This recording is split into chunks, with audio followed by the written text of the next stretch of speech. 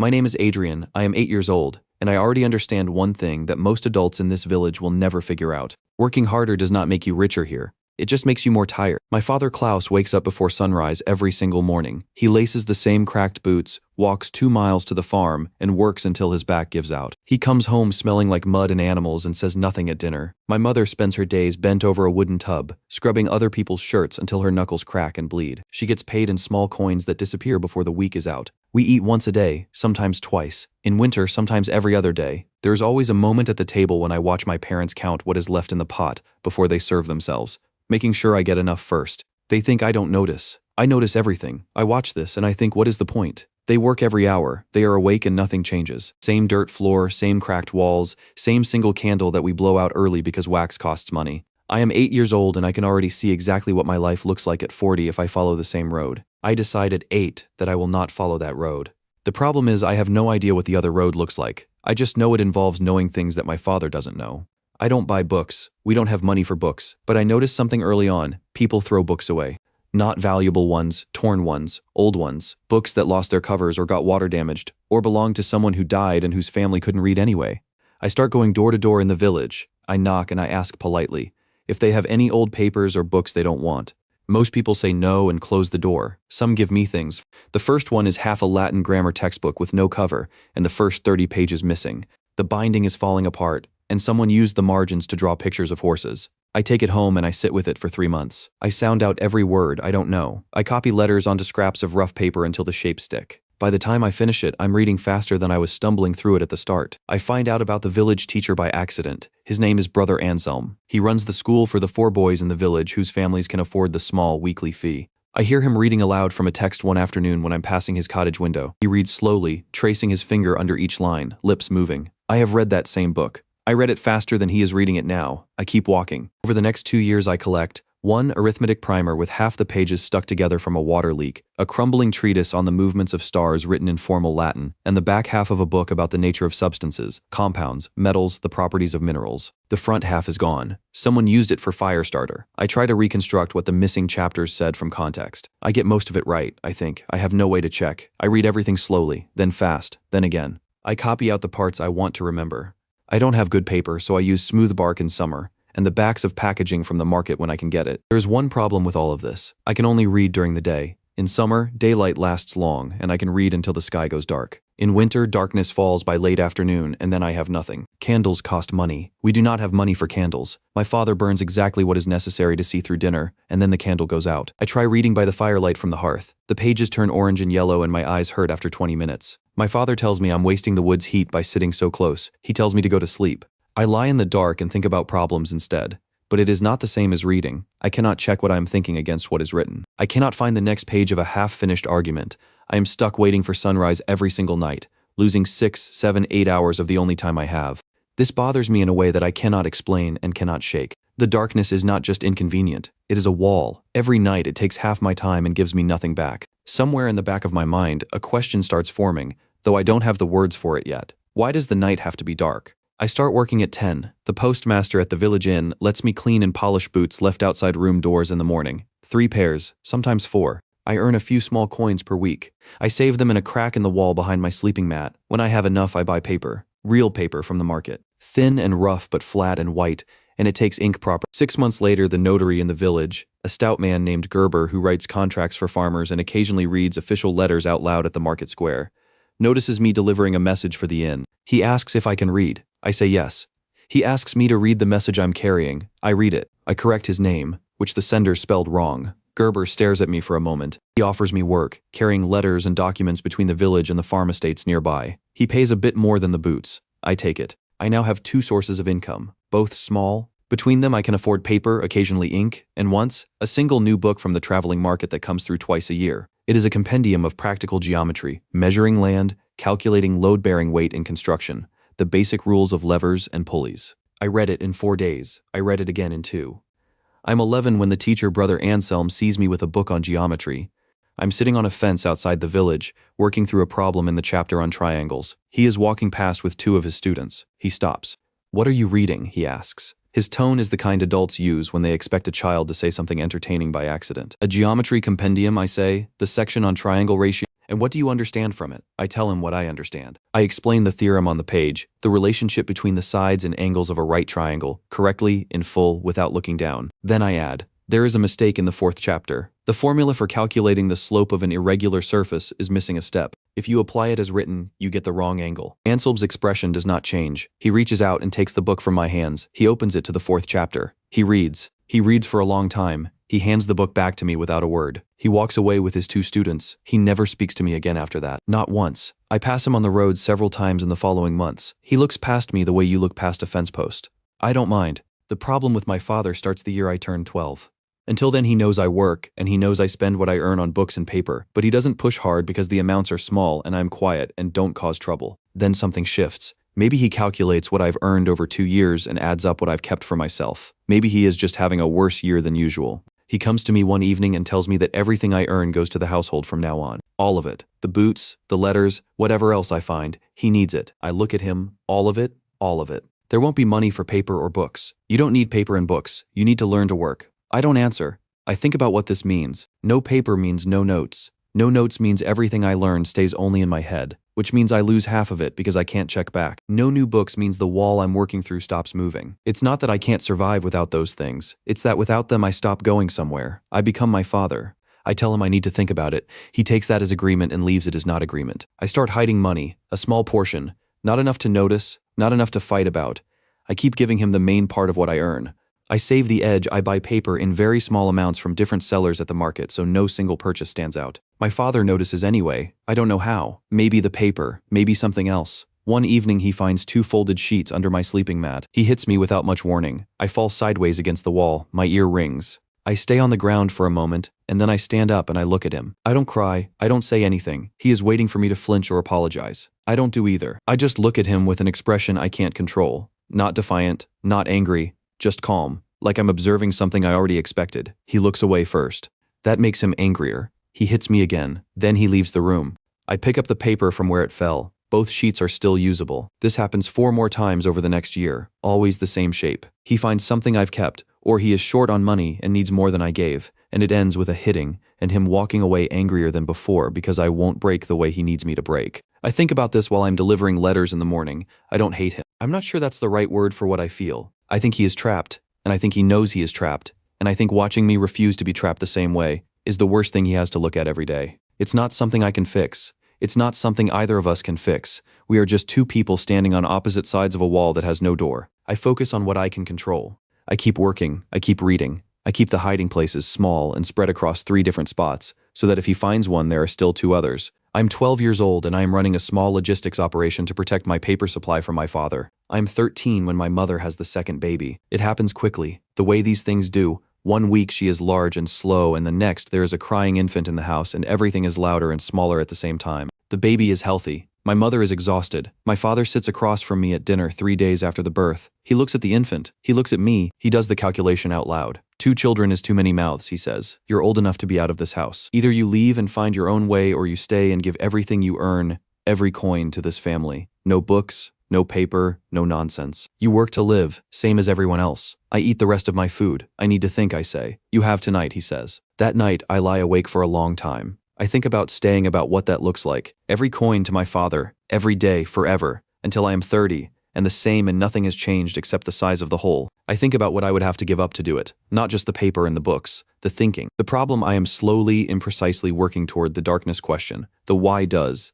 the night have to be dark question that I don't have a name for yet, but that sits at the back of my mind like a nail sticking up from a floor. If I stay here, I bury that question. I think about leaving. I have no money, or nearly none. I don't know anyone in the city. I have never been more than 15 miles from this village in my life. I have 7 books and a sack I can carry them in, and whatever small coins are in my hiding places. That is the entire inventory. I count what I know instead. I know arithmetic and geometry. I know basic Latin. I know the theory of substances and compounds from my half-book. I know how to read contracts from watching Gerber. I know how to calculate. I know how to work without being told what to do. Those things go wherever I go. I fall asleep before I make the decision. When I wake up, the decision is already made. It is quiet in the way that only finished things are quiet. I wait for my father to leave for the farm. I wait for my mother to fall back asleep after the early feeding. I pull the sack out from under my mat. I put the books in. I take the coins from all 3 hiding spots, 12 copper in total, and put them in my pocket. I look at the room one more time. Dirt floor, cracked wall, one small window facing east. The sun is just starting to come through it. I walk out. The carriage is parked outside the inn before sunrise. I see it from the road. A merchant's coach, heavy built, with iron-banded wheels and a luggage compartment built into the undercarriage below the passenger bench. The driver is inside the inn eating breakfast. I can hear him through the open window. He ordered eggs. He is going to be a few minutes. I look at the compartment. The latch is a simple iron hook, not a lock. I can see a stack of fabric rolls through the gap, bolts of cloth, probably packed tight. And between the cloth and the frame, there is a space. Not comfortable, but a space. I look up the road that goes back toward the village. Then I look at the road going the other direction, toward the city. I open the latch and climb in. 3 hours in the dark. The cloth smells like lanolin and old dye. Every time the carriage hits a rut, I slide into the wooden frame. My left shoulder takes most of it. The air in the compartment is warm and close and tastes like dust. I use the time to think. I have 12 copper coins. I have 7 books. I have no contacts in the city, no place to sleep, no letter of introduction, and no trade skill that anyone will pay for on site. I know what I know: arithmetic, geometry, Latin, the basic theory of compounds, but none of that is visible from the outside. A 14-year-old boy with a canvas sack and dirty boots is just a 14-year-old boy with a canvas sack and dirty boots. So the first problem is, get into the city without being immediately thrown out of it. I work through the options. The driver is going to open this compartment eventually. When he does, he will see me. He will either be angry or frightened, or both. If I run, he might not bother chasing, but running means I arrive with nothing. No introduction, no contact, no reason for anyone to talk to me. If I don't run, I need to give him a reason to bring me to his employer instead of leaving me on the road. I look at the document rolls stuffed behind the cloth bales. I can see the edge of a ledger spine. Trading records, probably. Merchants always travel with their books. I have a reason. The carriage stops. I hear the driver climb down from the box. His boots hit the cobblestones, so we are inside the city already. The latch clicks, and the compartment door swings open and light hits me all at once. The driver stares at me. He is a wide man, mid-40s, with a red face and a short beard. He stares for a long moment with his mouth slightly open. Boy, he starts. I can fix your employer's ledger books, I say. I keep my voice even. I saw the trading records behind the cloth. I can review them and find any errors in the accounting. Tell him that before you throw me out. He closes his mouth, he opens it again. How old are you? 14. That doesn't affect arithmetic. He stares at me for another few seconds. Then he steps back and rubs his face with one hand. He is thinking about whether this is his problem. He decides it is his employer's problem. Get out, he says, and follow me. Don't touch anything. The merchant's name is Ott. He operates from a ground floor office off the main trading street, a room stacked with crates and sample boards, 2 clerks scratching away at desks, and a smell of sawdust and dried herbs. He is a lean man, 50s, with quick eyes and a measuring expression. He looks at me the way he probably looks at goods that might be damaged, checking whether it's worth the time. The driver explains in 4 sentences. Ott listens, then looks at me. You hid in my carriage. Yes. From where? Village called Breck, 3 hours west. Running from something? Running towards something. There's a difference. He considers this for a moment. Then, my ledgers don't need fixing. My clerks are competent. Then it costs you nothing to let me look for 5 minutes. He almost smiles. Not quite. He pulls a ledger from the nearest desk, the weekly account book, current month, and drops it on the corner of the desk in front of me. 5 minutes, he says. I'll be watching. I sit down and open the book. The entries are laid out in columns. Date, item, quantity, price paid, price received, margin. The handwriting is neat. The arithmetic is mostly right. I go through the columns quickly, running the sums in my head, cross-checking the totals at the bottom of each page against the individual entries. Page 1, correct. Page 2, correct. Page 3, there. A quantity error on a cloth shipment. The clerk wrote 48 bolts received, but the individual line entries add to 46. The price calculation used 48. 2 bolts of cloth somewhere. Either arrived and weren't recorded separately, or were recorded and the total is wrong. I flip back 2 pages. There's a return entry. 2 bolts sent back to the supplier for quality defect. The return is logged but was never subtracted from the received total. The margin calculation on that shipment is inflated by the cost of 2 bolts. I keep going. By 4 minutes I have 3 discrepancies flagged. The cloth shipment, a double entry on a spice payment that reduced the recorded income by 11 copper, and a miscalculated exchange rate on a foreign currency transaction that cost Aude approximately 1 silver coin. I put my finger on each one and look up. Your clerk isn't cheating you, I say. These are genuine errors. The cloth return wasn't properly reconciled. A spice payment was entered twice, and whoever calculated the Flemish exchange rate used last month's rate instead of this month's. I pushed the book across the desk. 12 copper in recoverable errors, roughly, plus the cloth question which needs to be checked against the supplier's receipt. Ott steps forward and looks at the pages where my finger was. He does not say anything for a moment. Then he reaches into his coat, takes out a single copper coin, and sets it on the desk. That's for your time. Now get out of my office. I look at the coin. I look at him. I was hoping for work. I have clerks. Your clerks made 3 errors in 1 month. My clerks have references and a roof over their heads. You have a sack. He nods at the door. Coin's yours. Go. I pick up the coin. 11 copper plus 1. 12 total, not 0. And I am in the city. I stand on the main square and I look at the city for 10 minutes straight. It is bigger than anything I calculated from descriptions. The square alone is wider than my entire village. There are 5 streets feeding into it from different angles, all of them moving carts, people, animals, noise layered on top of noise. The market takes up the east side of the square. Spices, cloth, vegetables, a smith's stall with small tools hanging on a wooden board. A church occupies the north end, stone-built with a bell tower. Around the square, the buildings are 2 and 3 stories, most of them with shops on the ground floor and living quarters above. There is more concentrated activity here than in my entire village's entire year of activity. I stop cataloging and start thinking practically. I need 3 things in order: a place to sleep, food, and a reliable source of income. In that order, because without sleep I can't think, and without thinking I can't solve the other 2. I spend the rest of the morning walking the city's outer ring, the part where the buildings get cheaper and the streets get narrower. I'm looking for work signs, open doors, any place that might need hands. By midday, I have tried 4 places. A tanner's shop needs apprentices, but only with a master's letter of recommendation. A bakery, full. A cartwright's yard. The foreman looks at my hands, no calluses, and shakes his head before I finish my sentence. A warehouse, the overseer says come back in 2 years when you're bigger. I sit on a stone wall near the eastern gate and eat half of the bread I bought with 2 copper in the morning. I think about what I'm not doing right. The problem is not my ability. The problem is that nobody can see my ability. Every refusal is a version of the same thing. You have no proof of what you claim, and proof here means a letter from someone they already trust. I don't have a letter, so I need to find a place that doesn't require one. The mill is at the edge of the city, where the main road bends east toward the river. I smell it before I see it. The clean, dusty smell of grain being crushed, and underneath it the grease of wooden gears. The mill wheel turns in a steady channel cut from the river, and from 30 paces away, I can hear the thump and groan of the millstone. The miller's name is Hugo. I know this because it is written on a wooden board over the door, Hugo's Mill. Grain, flour, grinding. Below the name, in smaller letters, someone has added, workers wanted. No experience needed, meals and lodging. No experience needed. No letter required. Meals and a place to sleep included. I go in. Hugo is a thick man, not tall, but wide through the chest, with flour on his hands and a permanent squint from years of working in dusty air. He looks me over in about 3 seconds and asks 2 questions. Can you lift a full grain sack? I look at the sacks stacked by the wall. They are heavy. If I have to, I say. Can you show up every morning without being told?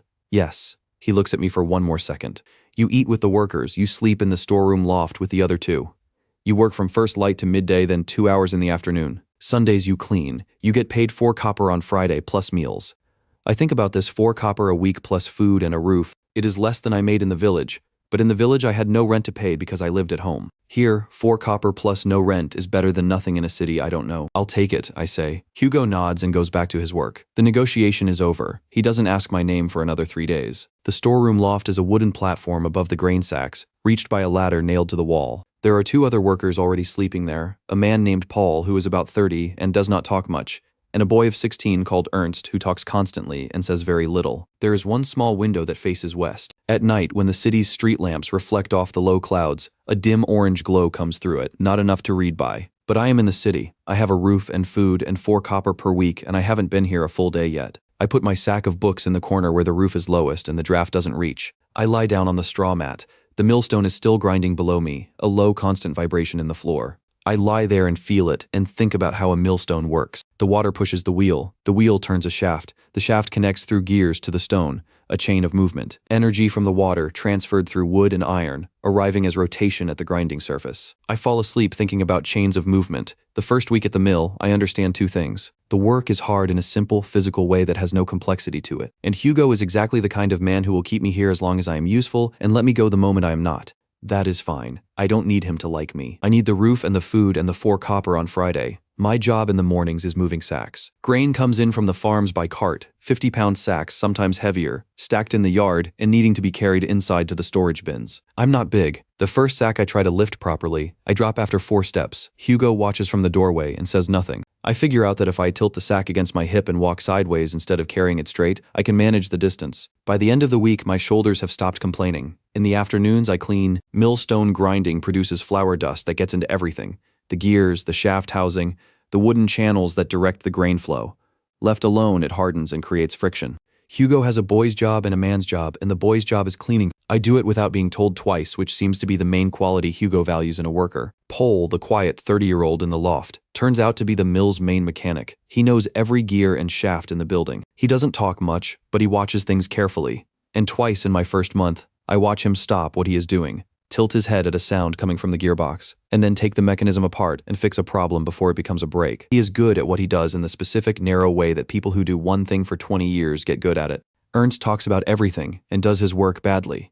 Hugo tolerates him because his uncle is one of Hugo's regular grain suppliers. This is the second thing I learn about how the world works here. Competence matters, but connection often matters more. I file that away and keep moving sacks. 3 weeks in, one of the gear links on the secondary shaft cracked. It is a small iron piece, not expensive, but it means the upper grinding stone can't be engaged, which means Hugo loses half his milling capacity until the smith makes a replacement. The smith is 2 days out. Hugo is angry in a restrained, money-counting way. I look at the cracked piece, I look at the gearbox. I ask Pole if there is a spare link from any older mechanism in the mill. Pole thinks, then leads me to a corner behind the grain bins where there is a pile of old parts from a previous mill rebuild. We find a link that is not the right size, but close.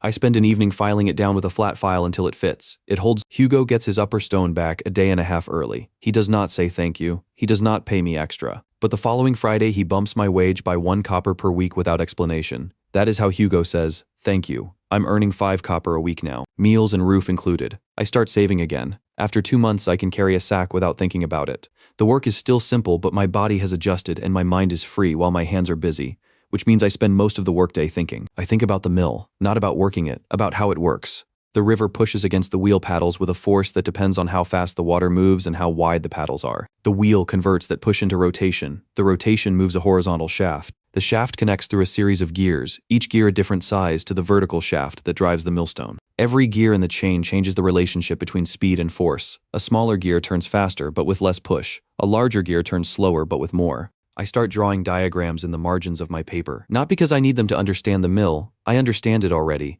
but because I'm trying to understand something beyond the mill. The chain is, water pushes, wheel turns, shaft rotates, gears step it down, stone grinds. At every step, the same energy is present. It changes form. Push becomes rotation, becomes slow, heavy rotation, but nothing is added and nothing disappears. The energy from the water is the same energy that arrives at the millstone. One evening, I'm sitting on the steps by the wheel housing watching the shaft turn. The wind has been strong today, and the auxiliary wind sail on the upper building, which Hugo uses on slow water days, has been rotating steadily all afternoon. I watch the shaft spin. It is spinning now. It will spin less when the wind drops tonight. When the wind is gone entirely, the shaft will stop. And all that rotation, all that energy the wind has been putting into the system, will simply stop existing. Where does it go? It goes nowhere. It is just gone. The shaft stops, the gears stop, the stone stops. Whatever the wind was giving the mill used it the moment it arrived and had no way to keep any of it. I sit there for a while with this thought. What if instead of using the rotation to grind grain, you used it to do something else? What if there were a way to take that turning shaft and use it to— I don't have words for what comes next. I have an image. A turning shaft doing something that results in something being stored, not movement, not heat. Something that can be released later, on demand like water behind a dam. I don't know what that something is yet, but the question is clear and it does not go away. In the city, there is a secondhand dealer on the street behind the cathedral who occasionally gets books in with his furniture and household lots. I have been checking his shelves on my free Sunday mornings for 2 months. Most of what he has is devotional texts and agricultural almanacs. But one Sunday in early autumn, he has a new stack, and near the bottom I find a thin volume with a cracked leather spine, a treatise on natural properties, written in Latin, that includes a chapter on what the author calls the amber force, the phenomenon by which certain substances, when rubbed against fur or wool, develop the ability to attract small light objects. It costs 3 copper. I buy it without hesitating. I read it that night by the window, angled to catch the moonlight. The chapter is short, 12 pages, dense with Latin that slows me down but does not stop me. The writer describes experiments. Amber rubbed with cloth draws a feather. Glass rubbed with silk draws a strip of thin parchment. The force passes briefly along a metal wire and then is gone. The author has no explanation for why this happens. He reports the observations and stops there. I read the chapter 3 times. The force is real. The writer tested it and recorded the results. Amber rubbed against wool produces something, call it a property, a tension, a stored condition that can reach out and pull things. The force passes through metal. It disappears quickly. I lie back on the straw mat and look at the ceiling and think about lightning. Lightning is also a force that passes through air and hits the ground. Lightning is also brief, a fraction of a second, then gone. Lightning also follows metal. I have read that iron spires on churches are struck more often than stone walls. Lightning produces light and heat and a crack of sound that can be heard miles away. The amber force produces a small snap and a tiny spark when it discharges.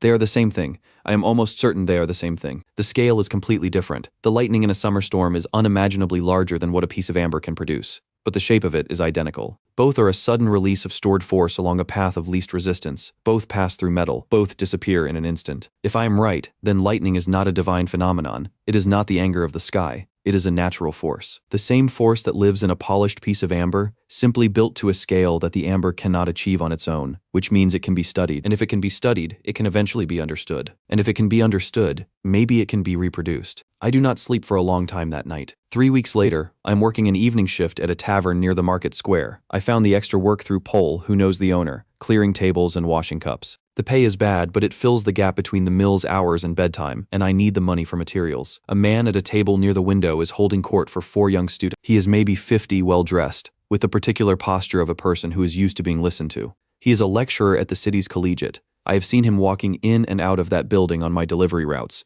He is talking about lightning. I slow down, clearing the next table so I can hear him. He is explaining to the students that lightning is, in his words, a discharge of inflamed air caused by the collision of opposing sky currents. It is a meteorological event, he says, entirely unconnected to terrestrial substances or mechanical laws. There is no more mechanism in a lightning bolt than there is in a wave on the sea. I think about this for a moment. Then I say, if it has no direction and no mechanism, why does it always travel from above to below? A wave moves horizontally. Lightning moves vertically. What determines the direction? The lecturer turns and looks at me the way you look at a noise that turned out to be a person. Because the sky is above, he says. The students laugh. That describes the location. I say it doesn't explain the direction. If the force has no mechanism, there should be no preferred direction. But there is always a preferred direction. He holds my gaze for a moment. His expression does not change. He turns back to his students and continues his lecture as if I have not spoken. I go back to clearing tables. I'm not offended. I understand what happened. He did not answer the question. He redirected attention with a joke and moved on, which is what people do when they do not have an answer but cannot afford to appear uncertain.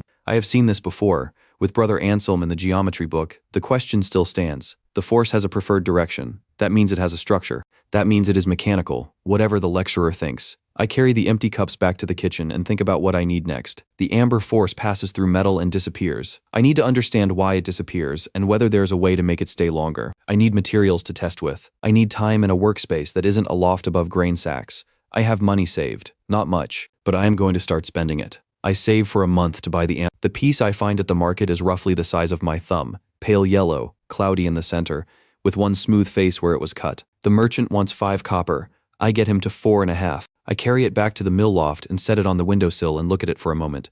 4.5 copper is almost a full week of savings. If this produces nothing, I will have wasted a month of patience on a piece of hardened tree resin. I take a strip of wool cut from an old sock, and I rub the amber back and forth. 20 strokes, 30. I hold a small feather I pulled from Hugo's yard over the surface. The feather lifts toward the amber. Not much, a few millimeters. But it lifts, clearly and repeatably, every time I bring the feather close after rubbing. The force is real. It is small and it disappears within a minute, but it is there and it is consistent. I hold the amber in the dark and bring my finger close to the edge. A tiny snap, a spark the size of a grain of sand, visible for a fraction of a second. I sit with this for a moment. The treatise calls it the amber force. I don't have a better name yet. I just call it the force. In my notes and in my head, it exists. It can be produced by friction. It can be stored briefly in the amber. It releases as a spark when it finds a path to something nearby. Those are the facts. Now I need to understand the edges of it. How much can be stored, how long it lasts, whether it can be moved, whether it can be increased. I start testing. The first question is simple. Does rubbing longer produce more force? I rub the amber for 10 strokes test, 20 strokes test, 50 strokes test. The feather lifts the same amount each time.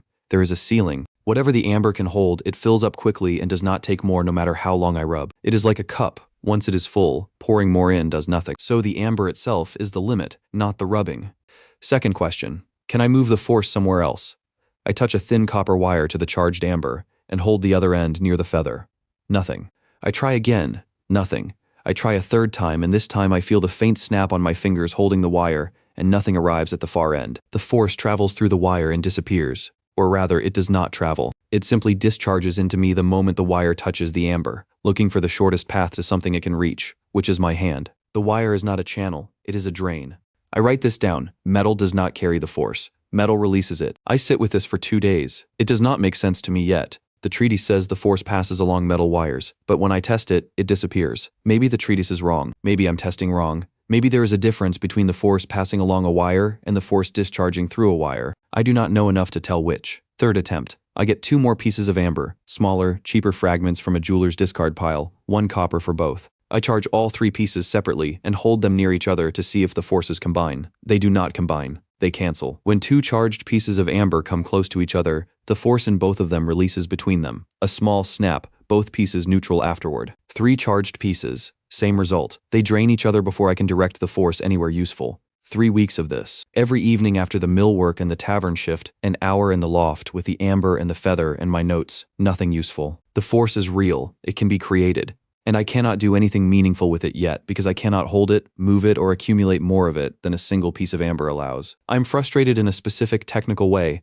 not at the problem for being hard, but at myself for not yet seeing the shape of the solution. It is there. I know it is there. I'm looking at the wrong part of it. I go back to reading. The second-hand dealer on the Cathedral Street gets a new lot of books in early spring, part of an estate clearing from somewhere outside the city. I go through the stack carefully on a Sunday morning. Most of it is theology and household management. But near the bottom, there is a thin pamphlet, handwritten and then copied by a professional scribe, that appears to be notes from a natural philosopher on the subject of conducting and non-conducting substances. It costs 1 copper. The scribe's handwriting is cramped and inconsistent, but I can read it. The writer makes a distinction I have not seen clearly stated before. Some substances, he writes, allow the amber force to pass through them freely. Metals, wet materials, flesh. Other substances resist it almost entirely. Dry glass, dry wood, amber itself, sulfur, wax. The force does not travel through the second group. It stays where it is. I read that sentence 3 times. Glass does not conduct the force. Metal does. If I put metal inside glass, the metal holds the force and the glass prevents it from escaping through the outside.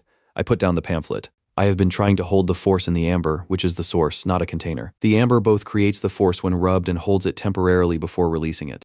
But amber is a weak container. It bleeds force slowly into the air. What I need is a purpose-built container, something that holds force without releasing it, with a controlled way to put force in and a controlled way to take it out. Metal inside, glass outside, a wire going in, a wire coming out. Force enters through the inner wire, is held by the metal, cannot escape through the glass walls, and can be released only through the outer wire when I choose. I need a glass vessel. I go to the glassblower who works the market stalls on Thursday mornings. He is an old man who makes bottles and window panels and occasionally decorative pieces for wealthy households.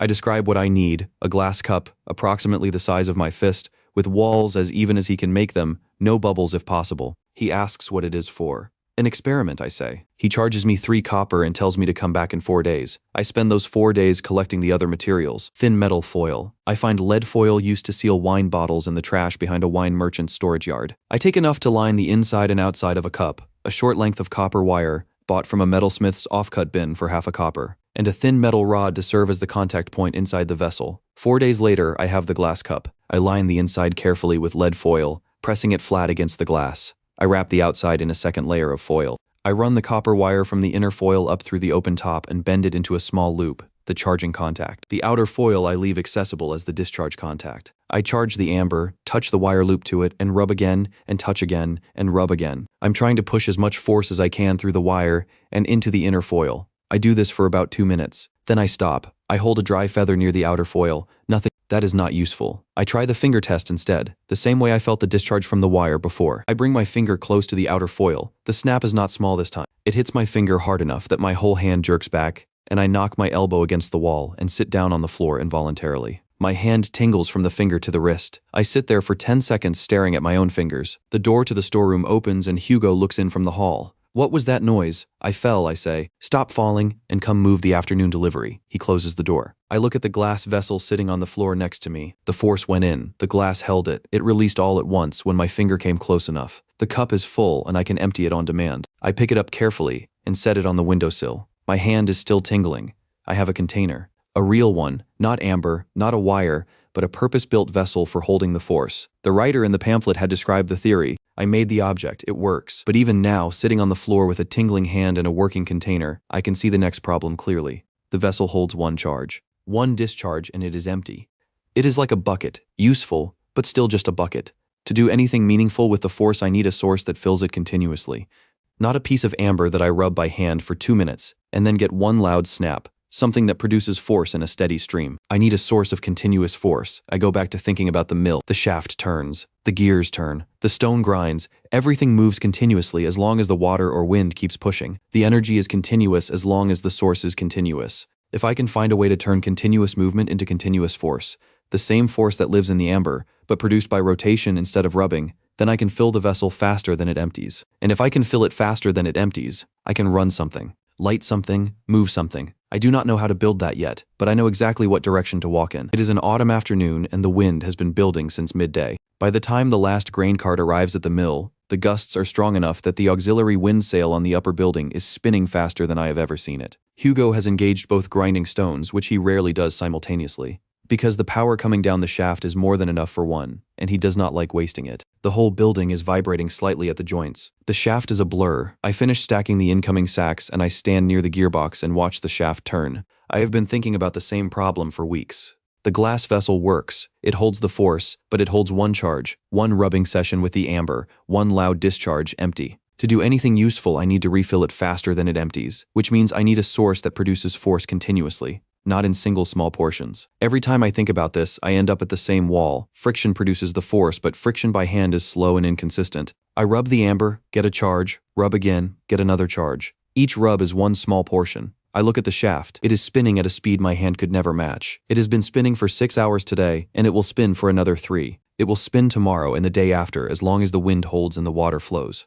The mill does not get tired. The shaft does not need to rest. Rubbing produces the force. The shaft rubs constantly. If I put something on the shaft that rubs against something else, amber against wool, glass against fur, any friction pair that produces the force, it would rub continuously. Every rotation, more force. Continuous rotation, continuous force. Not a bucket being filled one cupful at a time, but a stream. I stand there for a while just following this thought to its end. The shaft turns a disc. The disc rubs against fixed pads. The pads collect the force. The force flows along wires to the glass vessels. The vessels fill. When they are full, I can draw from them, and while I am drawing from them, the disc is already refilling them. Continuous source, continuous storage, continuous output. I go back to work before Hugo notices I have been standing still. That evening, I spend 2 hours in the loft drawing the design. A disc, glass would work best based on what I know about conducting and non-conducting materials. Fixed wool or fur pads pressing against both flat faces of the disc as it rotates. A metal contact point at the rim to collect the force and route it to a wire. A simple wooden axle and frame to hold the whole assembly. The disc does not need to be large for a first test. I'm not trying to power anything yet. I'm trying to prove that the principle works, that rotation produces a continuous stream of force rather than a single charge. I need a glass disc. I need wool pads. I need a wooden frame small enough to fit on the workbench in the loft. And I need a way to make the axle spin smoothly without too much friction at the bearing points, because friction at the bearings would fight against the rotation I need. The wool I can get cheaply at the market. The wood I can cut from scrap in Hugo's yard. The bearing friction I can solve with rendered fat as a lubricant. The mill uses it on the gear housings, and there's always a small pot near the gearbox. The glass disc is the problem. It needs to be flat even, and large enough to produce a meaningful surface area of friction. The glassblower who made my vessel can do it. It will cost 6 copper at minimum, probably 8. I have 4 saved. I need 4 more copper, and I need them in the next few weeks before the autumn market season ends, and the glassblower closes his stall until spring. I work the tavern every available evening for 2 weeks.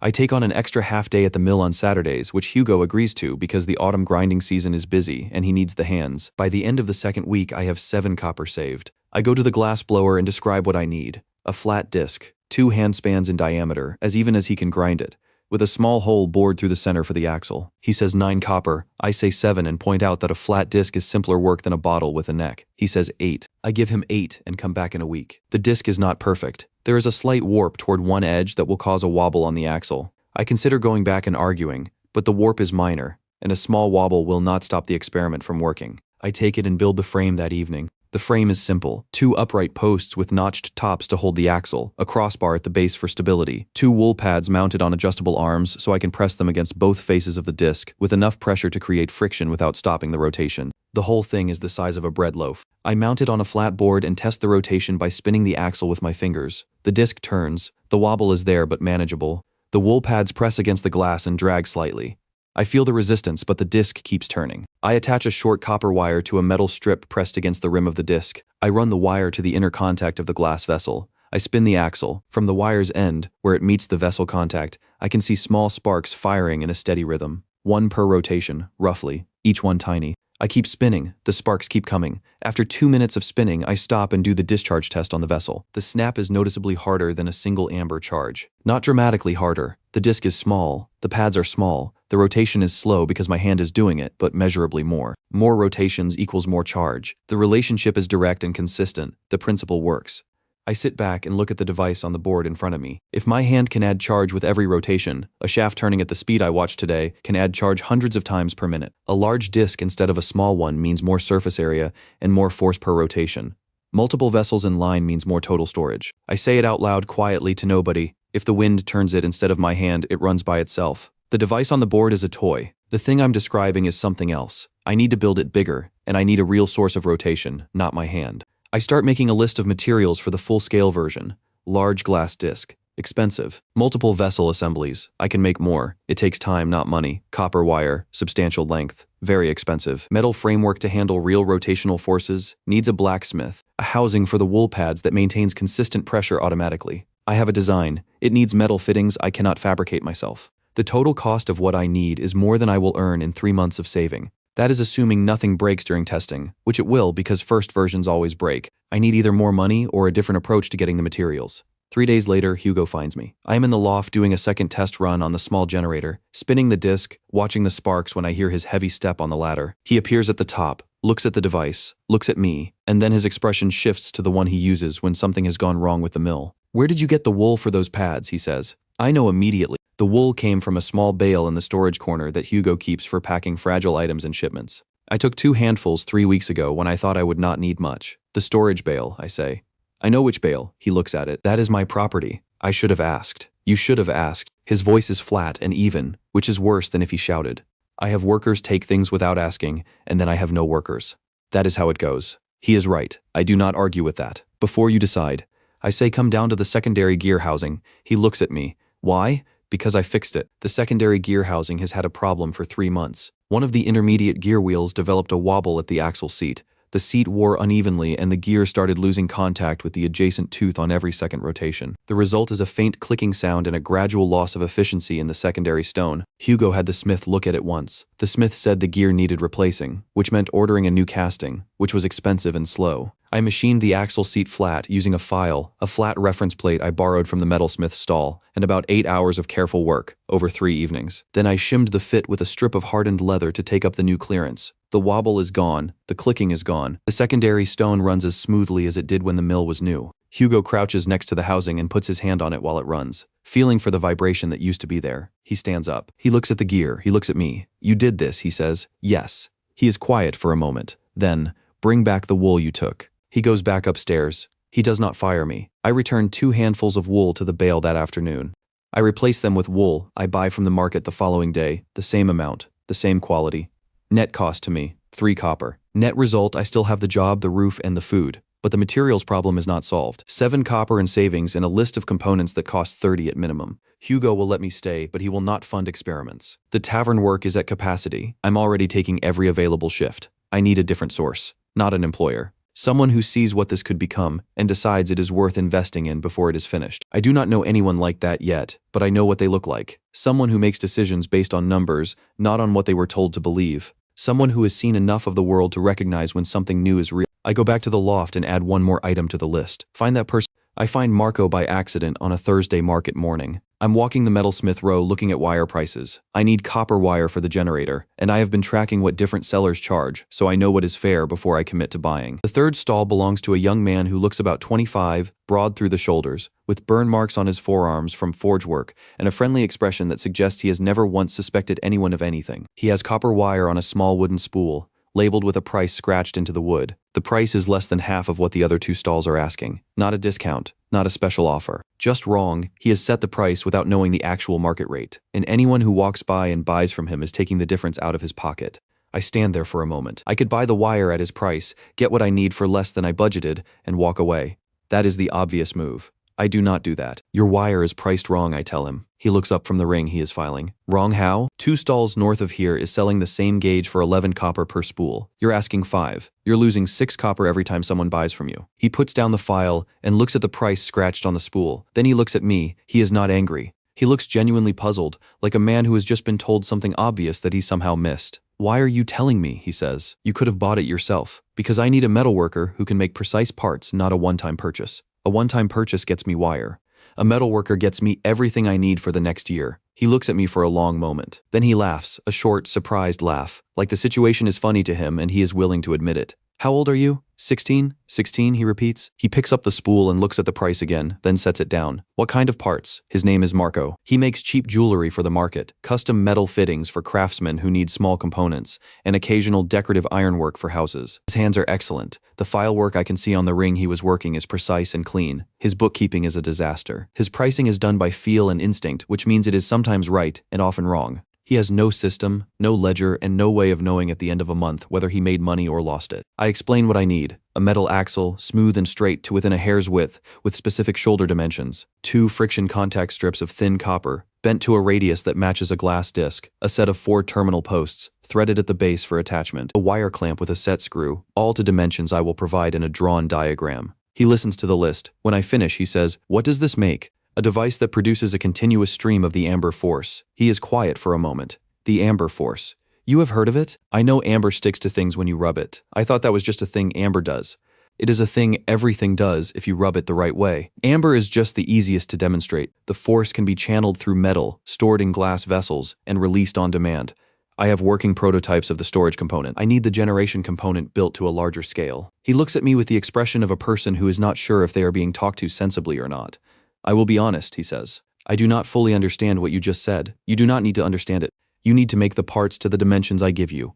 I will handle the rest. And you pay me how? I cannot pay you in coin right now. I can pay you in something else. I will go through your pricing, your costs, and your records, and I will fix them. You will know what things actually cost you to make, what you should charge, and what you're actually earning. Within a month, you will know your real numbers. After that, if the device works and I sell anything from it, I pay you back in coin for all the parts. He is quiet again. He looks at the spool of wire with the wrong price on it. My father set prices, he says. I kept them the same after he died. Your father's prices may have been right when he set them. Material costs have changed. I can show you what they are now. He nods slowly. He picks up the file and holds it for a moment without using it. Come back tomorrow with your diagrams, he says. I will look at them. I come back the next morning with 3 pages of drawings. Marco spreads them on his workbench and looks at them for a long time, tilting his head at the dimensions, tracing the assembly sequence with one thick finger. He asks 2 questions, one about the axle shoulder clearance, one about the contact strip geometry. Both are good questions. He is reading the drawings correctly. I can make these, he says. We shake hands on the arrangement.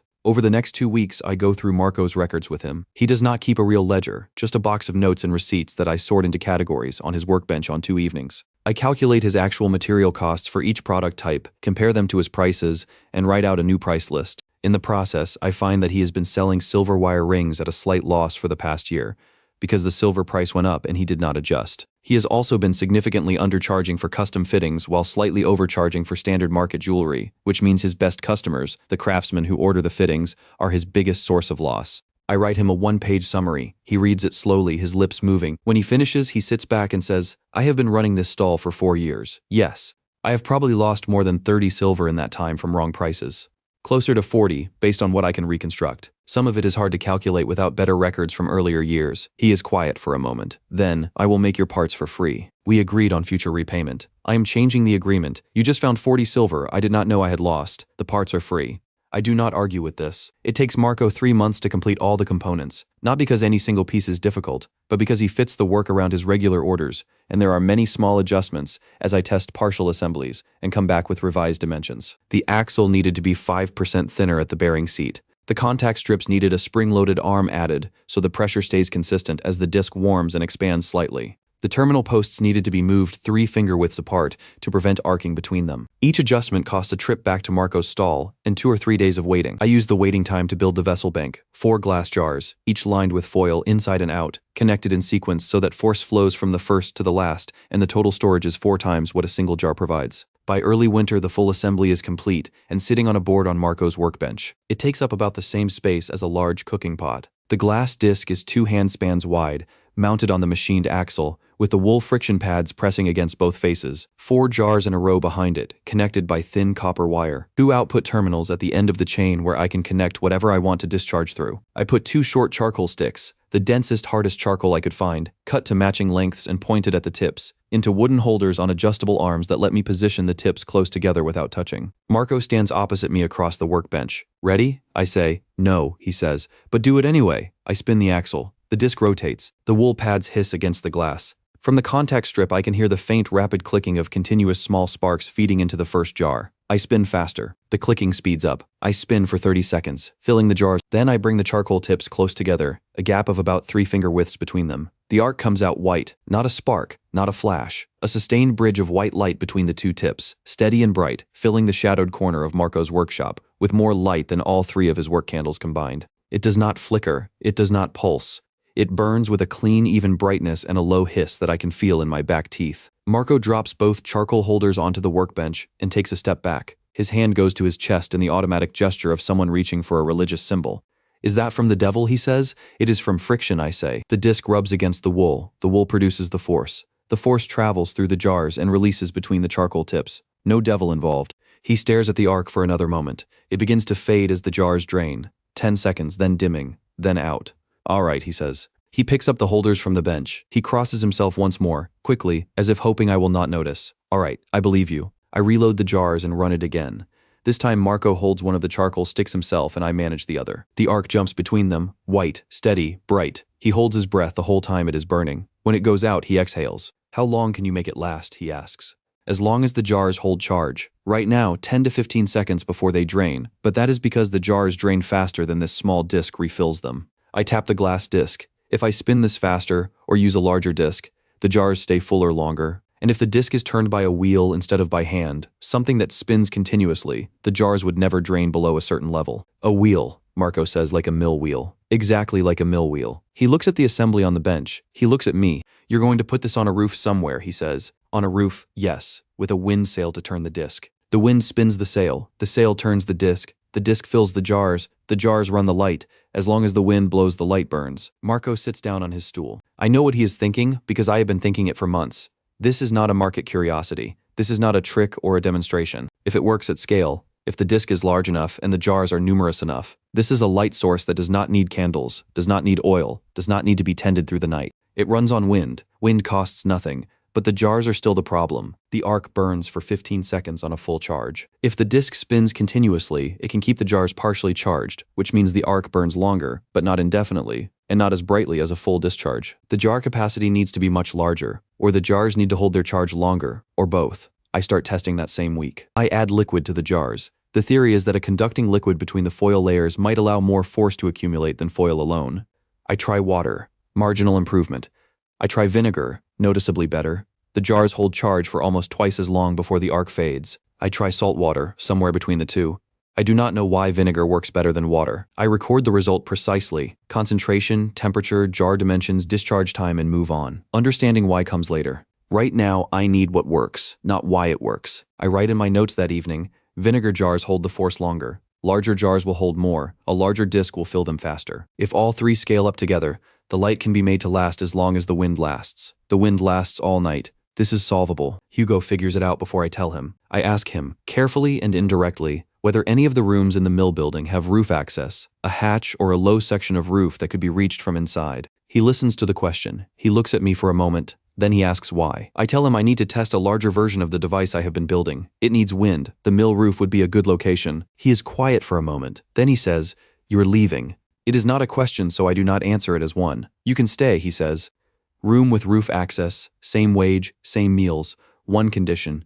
Half of whatever you earn from that device comes to me." The mill gave you the idea that is worth something. I think about this for exactly as long as it takes me to understand what half means in practice. Half means that every arrangement I make with anyone, every sale, every contract, every fee, Hugo takes 50% before I see any of it. Half means that if the device becomes worth real money, Hugo, who contributed a roof and an idea about wind that I already had, earns as much as I do. Half means I spend the next unknown number of years working for a man who will have full claim on half my output without contributing anything further. No, I say. Hugo's expression does not change. Then you leave. Then I work out the week because I said I would, and because I need the final wage. On Friday I collect my pay. Thank Hugo in the same flat tone he has always used with me, and carry my sack and my equipment out of the mill loft for the last time. The room I find costs twice what the mill was paying me. 6 copper a week for a narrow room on the 3rd floor of a house near the East Market. The landlord is a dry man named Peter, who is not interested in what his tenants do, as long as they pay on time and do not cause fires.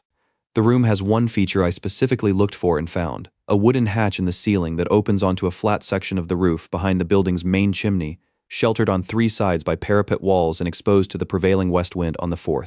It is not a mill, it is a roof hatch above a rented room. It is mine. I build the windsail over 3 weeks, working evenings at Marco's stall on the metal fittings and early mornings in my room on the wooden assembly. The design is simple. 4 blades arranged around a central hub, each blade a flat panel of stretched linen on a light wooden frame. The hub mounts on a vertical post that goes through the roof hatch and connects by a short shaft to the generator below. When the blades turn, the shaft turns the glass disc, and the disc charges the jars. The blade span is about the width of my outstretched arms. It is not large. I'm not trying to grind grain, I'm trying to spin a glass disc. I install it on a still morning, which turns out to be a practical mistake. I cannot test anything because there is no wind. I wait. The next day has a light breeze, and the blades rotate slowly. The shaft turns at a walking pace, and the clicking from the generator tells me force is reaching the jars, but slowly. I hold the charcoal tips together. A thin arc. More aglow than a light, technically working. The day after that, the wind comes in from the west with real force. The blades accelerate. I can hear the shaft picking up speed. The clicking from the generator becomes a continuous hiss. I sit in my room with the charcoal holders and I bring the tips close together. The arc jumps out white and stays. I hold it for 30 seconds, a minute. The jars are being refilled faster than the arc drains them, which means the light is stable. It does not flicker. It does not fade. As long as the wind pushes the blades at this speed, the light burns. I sit there and look at it. I have been in dark rooms my entire life. Every room I have ever slept in went dark at night. The candle blown out to save the wax. The fire banked to save the wood. The moon only useful when the sky was clear and the window faced the right direction. Dark was the default state of every night I have ever lived through. This room is not dark. The arc throws white light across the floor and up the walls, harder and cleaner than any candle I have ever seen. It is not warm light. It is not soft. It is the same light that comes off the charcoal tips when the force runs through them, sharp and white, and completely indifferent to what time of day it is. I sit with it for a long time. Then I go back to work, because the next problem is already obvious, and I have been thinking about it for 2 weeks. The wind is not constant. While I was sitting there watching the arc burn steadily, the wind dropped for about 20 seconds, a lull between gusts, and the arc thinned and nearly went out, before the next gust hit and brought it back. If this system is going to be useful to anyone, it cannot flicker every time the wind pauses. A man trying to read by this light would be worse off than with a candle. A candle at least burns steadily. I write down 2 problems with their names because naming problems helps me think about them separately. The first problem is smoothing. The force coming from the generator varies with wind speed. Fast wind, strong output, slow wind, weak output, no wind, nothing. I need a way to even out this variation so that whatever draws from the system receives a consistent supply regardless of what the wind is doing at that moment. The second problem is storage. When there is no wind at all, calm nights, still mornings, the system produces nothing. For the light to work through the night, it needs to store enough force during windy periods to cover the still ones. The jars help with both problems, but not enough. They smooth out very short fluctuations. A 2-second lull is invisible because the jars hold enough charge to cover it, but a 10-minute lull drains them. A still night empties them completely. I need something that holds much more charge than the jars. I go back to the experiments with liquids. I have been running these since the bench tests with Marco, testing different materials to see what holds the force longest and in what quantity. The vinegar-soaked jars held charge longer than dry foil. The question now is what holds even more. I start testing metals in acid solutions, building on what the vinegar results suggested. If the force can accumulate in the liquid layer between 2 metal plates, then the question becomes which metal holds the most, and which liquid allows it to accumulate without draining away. Lead in vinegar gave the first useful result. I now try lead in stronger acid. I get a dilute sulfuric solution from an alchemist's supply shop, the kind used in some dye-fixing processes, and test it against the vinegar. The discharge is noticeably stronger from the same size plate.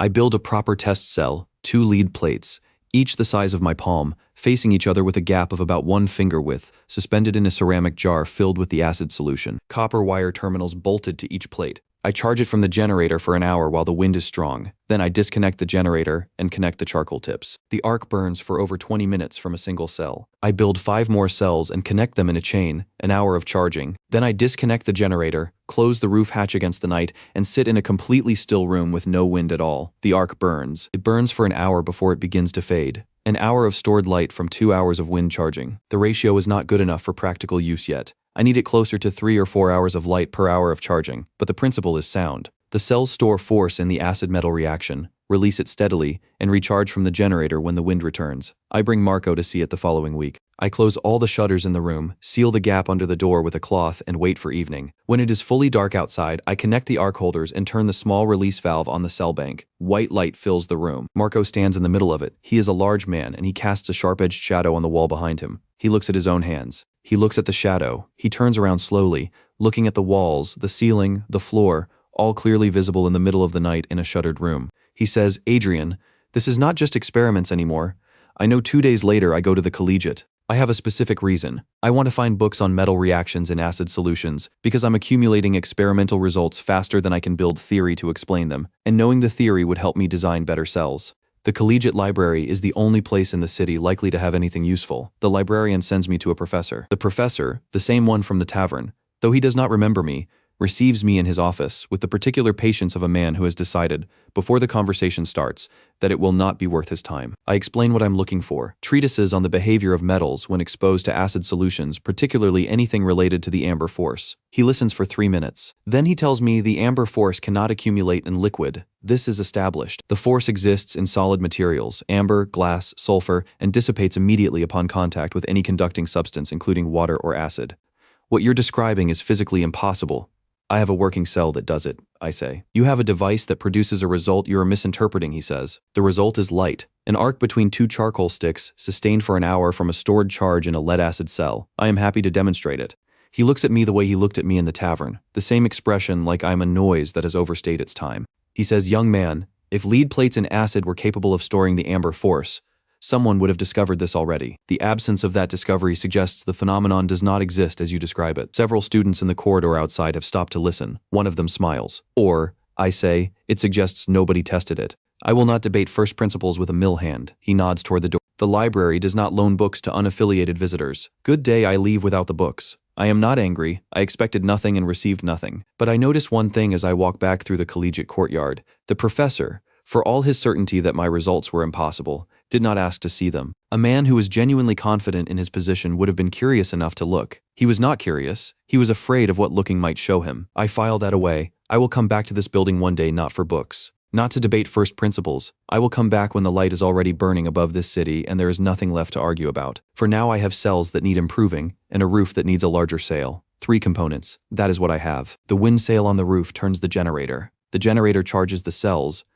run the lamp. Wind goes in one end, light comes out the other. The chain works. Every part of it I built myself or had Marco build to my specifications, and I understand every part of it well enough to fix it when it breaks. The question now is not whether it works. It works. The question is whether it works well enough for someone else to use, without me standing next to it. That is a completely different standard, and I am not there yet. The first problem I cannot ignore any longer is the lamp rods. The charcoal tips produce the arc by allowing the force to jump the gap between them. As they burn, they get shorter. The gap widens. Past a certain width, the arc cannot bridge it, and goes out. In the current design, I have to reach in and manually advance both rods closer together every 40 minutes, or the light fails. This is not a product. This is an experiment that requires constant supervision. I test every carbon material I can get my hands on.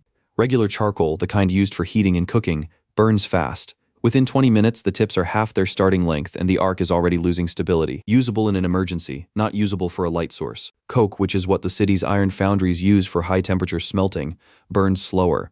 The tips hold their shape for almost twice as long.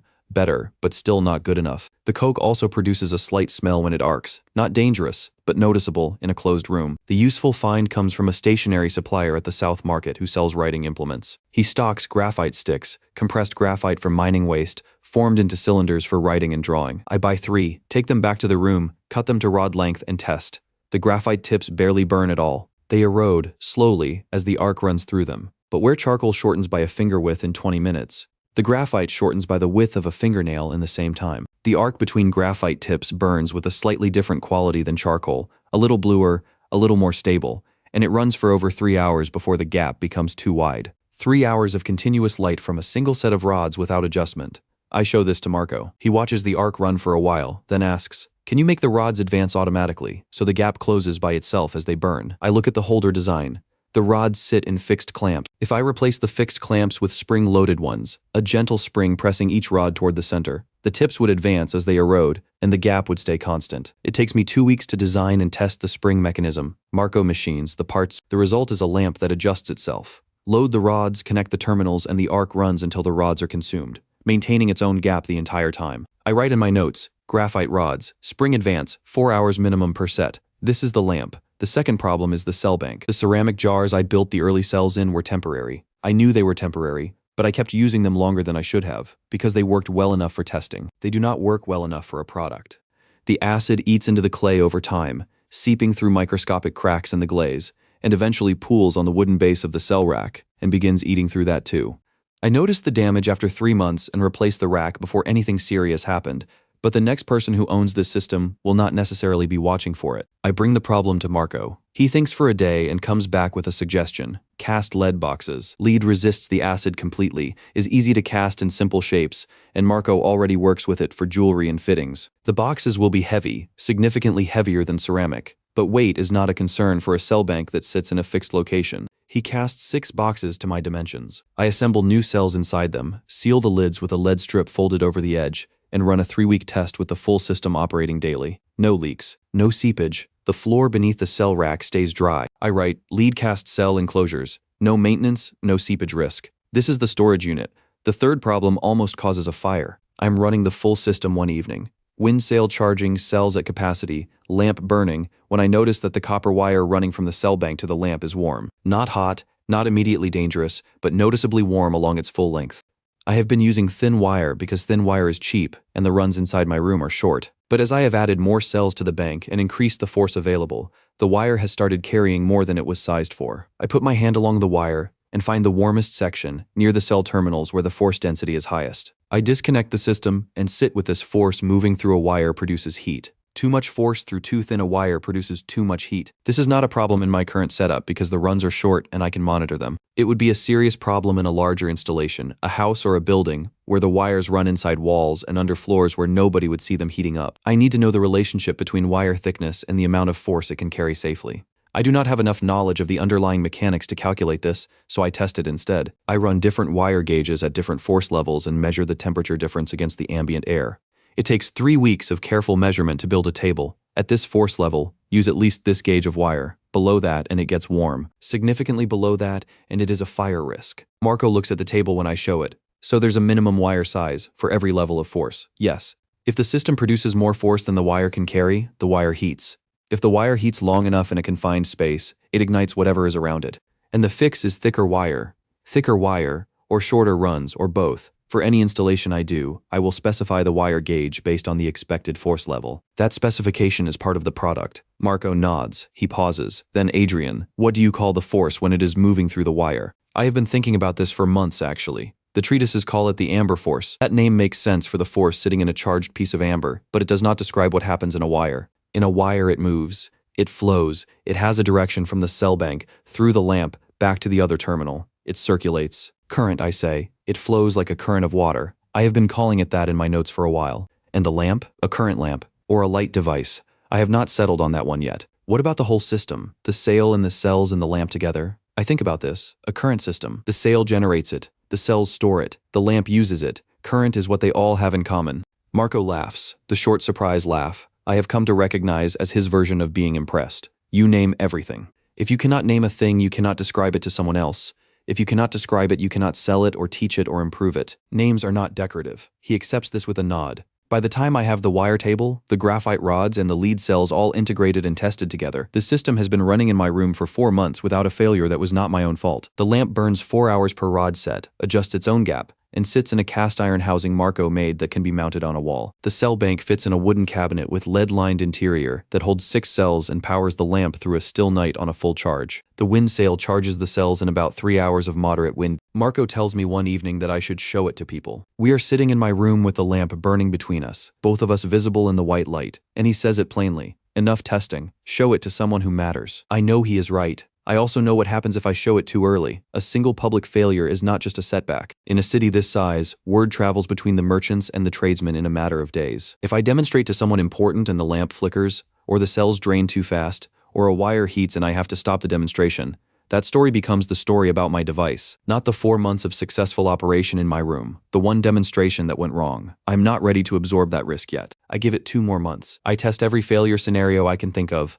Low wind, no wind, cold temperatures that affect the cell chemistry, the lamp running longer than planned, the cells overcharged. I document the failure conditions and add safeguards where I can. A ceramic break in the main wire line that will fail harmlessly before the wire gets dangerously hot.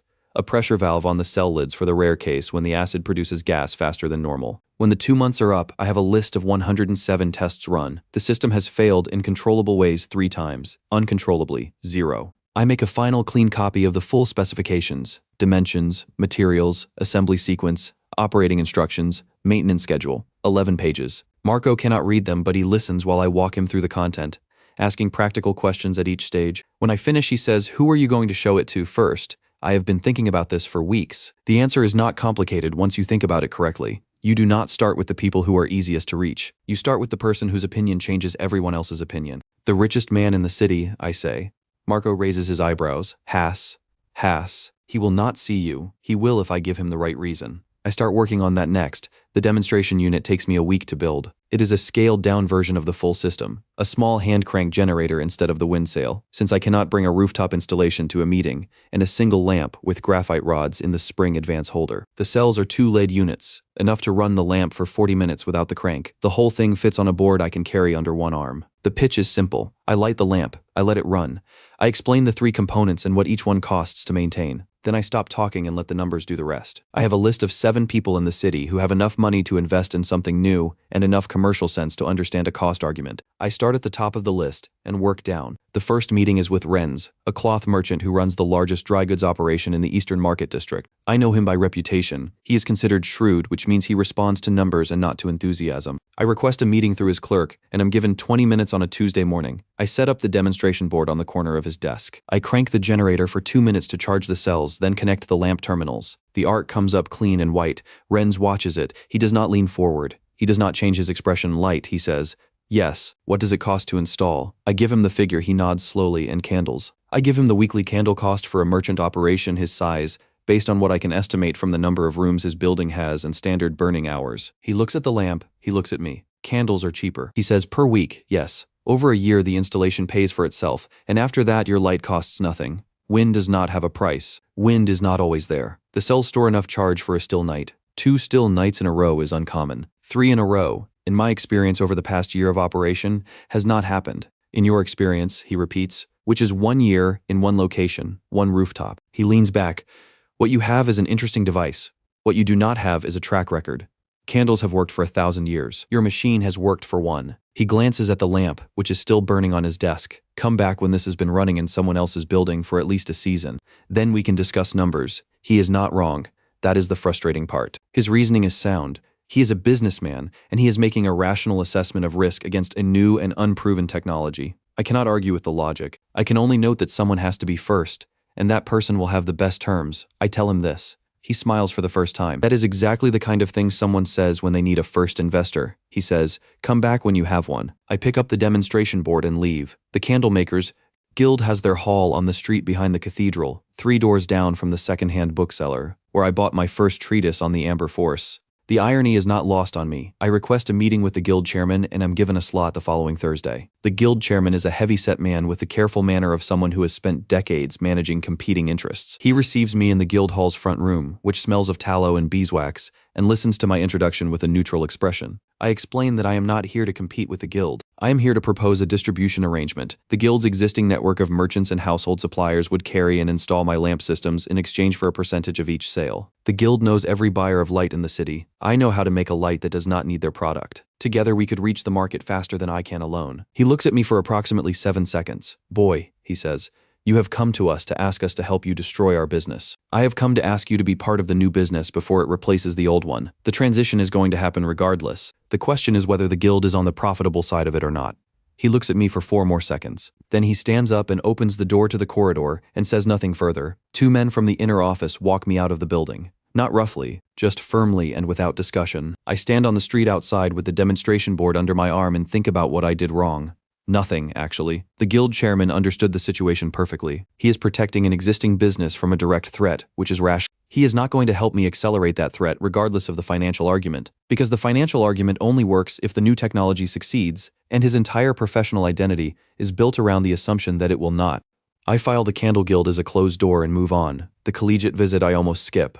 I know how it will go. But I want the professor to see the working device, for reasons that have more to do with my own record keeping than with any realistic hope of support. I want the fact of the demonstration on the table. I carry the board to the collegiate on a Wednesday afternoon and request 10 minutes with the professor of natural philosophy. His assistant makes me wait 40 minutes in the corridor. Students pass and glance at the board under my arm. The professor receives me in his lecture room. He looks at the demonstration board with an expression that is carefully neutral, the expression of a man who has decided not to show surprise regardless of what he sees. I set up the board, charge the cells, connect the lamp. The arc comes up. White light fills the end of the lecture room nearest his desk. He watches it for a full minute, longer than either of the previous two. Then, an interesting device, he says. What principle does it operate on? I explain. Friction generates current. Current stores in the cells. Cells discharge through the lamp. I use the word current, which he has not heard in this context before, and I watch him register that I am using a word he does not recognize for a phenomenon he cannot immediately categorize. This current, he says. You're describing the amber force. I'm describing the amber force in motion, the amber force at rest. In a charged piece of amber is the static condition. The same force flowing through a conductor is the dynamic condition.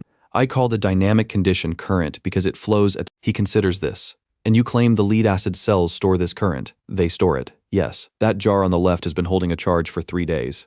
I charged it 72 hours ago and have not touched it since. He looks at the jar. He looks at the arc, which is still burning, steady and white. This contradicts the established understanding of the amber force, he says finally. The amber force does not persist in conducting materials. This is foundational. Aristotle never tested lead plates in acid solution, I say. Aristotle was not required to test every conceivable configuration of materials. His framework of natural principles is sufficient to. His framework predicts this should not work, I say. It works. When the prediction and the result disagree, one of them is wrong. The professor's expression does not change, but something behind it does, a slight tightening. The way a man's face looks when he has been said something he cannot immediately refute and does not want to admit. This is an interesting demonstration of a mechanical effect, he says. I would not characterize it as a scientific finding without peer review and theoretical grounding. As a curiosity, it has merit. As evidence for revising established natural philosophy, it does not.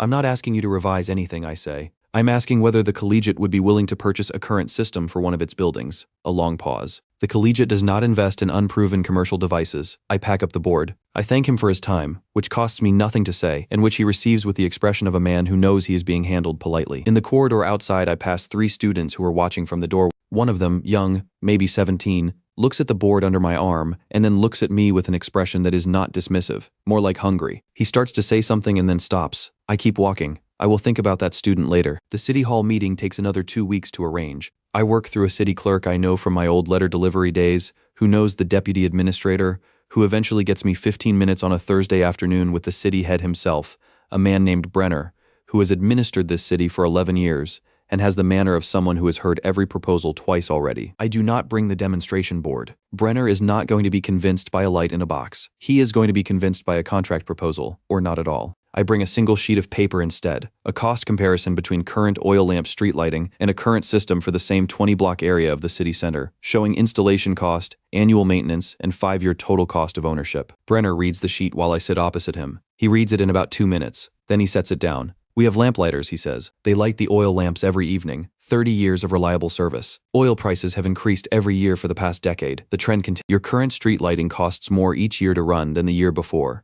My lamplighters have families. I had anticipated this. A current system requires maintenance, regular rod replacement, cell inspection, wire checks. Your lamplighters can be trained to do this. Same workforce, different task. Brenner looks at me. He is not a stupid man. I can see him processing the argument, finding it logically coherent, and then setting it aside for a different reason. You're 19 years old, he says. Yes, you have 1 installation on your own roof. Correct. You're asking the city to contract with you for street lighting based on 1 installation on your own roof, which you have been running for 1 year. I'm offering a demonstration period. Install a test section, 5 lamps, 1 block at my cost. Run it for 3 months. If it performs as specified, we discuss a full contract. He looks at the sheet again. Boy, he says, go home. I fold the sheet and put it in my coat. I walk back through the city center in the late afternoon, past the oil lamps that the lamplighters will come to light in 2 hours. I look at them as I pass. They are functional. They have been here for 30 years. They cost money to maintain, and that cost goes up every year, and nobody in City Hall thinks about this, because it has always been the cost and always will be. I stop at the corner and look at one lamppost for a moment. Every person I spoke to this week said no for the same underlying reason. They have not seen this work somewhere they trust. Wren said come back when someone else has it. The collegiate said come back with peer review. Brenner said come back when you have more than one roof. They are all waiting for someone else to go first. The man whose opinion changes everyone else's opinion in this city is Haas. Every merchant knows him. Every city official deals with him. If Haas installs a current system and it works through a full season, Wrens will come to me before I finish my morning coffee the next day. I need to get to Haas. I start planning that evening. Getting to Haas takes 3 weeks. He is not inaccessible in the way that nobles are inaccessible. No titles, no court protocol, no requirement to approach through official channels. He is inaccessible in the way that very busy, very wealthy men are inaccessible. His time is worth more than most people earn in a month. He knows it, and the people around him exist partly to enforce that arithmetic. His clerk screens every meeting request. His steward screens what reaches the clerk. His head of household screens what reaches the steward. I need to get past all 3 of them without a letter of introduction, without a known name, and without money to make the access problem go away through a direct payment. I spend 3 days simply learning his operation. Haas runs 3 warehouses on the river dock: cloth, spices, and mixed dry goods, plus a grain storage facility at the north edge of the city. He has 12 regular ships on contract, 6 of his own, and a workforce of about 40 people at the docks, plus another 20 in his counting house and household. The dock work is the most fluid part of his operation. He takes on temporary laborers regularly during high-traffic seasons, and the current month is a high-traffic season. I go to the dock hiring yard on a Monday morning with 30 other men looking for day work. The overseer takes on 15 of us. I am one of them. 2 days of unloading cargo gives me access to the dock environment and to the people who work there. By the end of the first day, I know who the important people are, not the overseer, who manages bodies, but the dock steward, a compact man named Veerman, who manages inventory, reconciles manifests, and knows where everything is at all times. Veerman is the operational brain of Haas's dock operation. On the second day, I help Veerman locate a discrepancy between a ship manifest and the actual goods received. A standard counting error, not theft, but the kind that creates reconciliation problems upstream in the accounting. I find it in about 10 minutes by cross-referencing 3 documents that Veerman has been comparing separately instead of simultaneously. He looks at me with the expression I have learned to recognize, the expression of a person recalibrating what they are looking at. That evening after the shift, I offer to go through his monthly reconciliation sheets and find any similar errors in exchange for an introduction to Haas's household steward. Veerman thinks for a moment. He agrees. I spend one evening on his records. There are 4 discrepancies, all small, all reconcilable. I write them up on a single sheet with the corrections. Veerman reads the sheet in the morning, looks at me once more, and 3 days later, I have a meeting with the household steward, who after a 15-minute conversation, grants me 20 minutes with Haas himself on a Friday afternoon. Haas's study is at the back of his house, away from the street, with a window that looks onto a private garden. The room is plain for someone of his wealth. Functional desk, 2 chairs, shelves of ledgers, a single decorative map on the wall. No performance of prosperity. Just a workspace. He is about 50, broad through the jaw, gray at the temples, with the particular stillness of a man who has learned that showing reactions costs him negotiating position. He looks at me for a moment as I come in. You are the one who fixed Veerman's manifests, he says. Yes. And you want to talk about light? Yes. Veerman says you make light from wind. He pauses. I do not believe that. I'm not asking you to believe it, I say. I am asking you to let me install my system in your house for 2 weeks at no cost to you. If it works as I describe, we discuss business. If it does not work, I remove everything, and you have lost nothing except 2 weeks of a corner of your roof. He looks at me without expression. Nothing is free.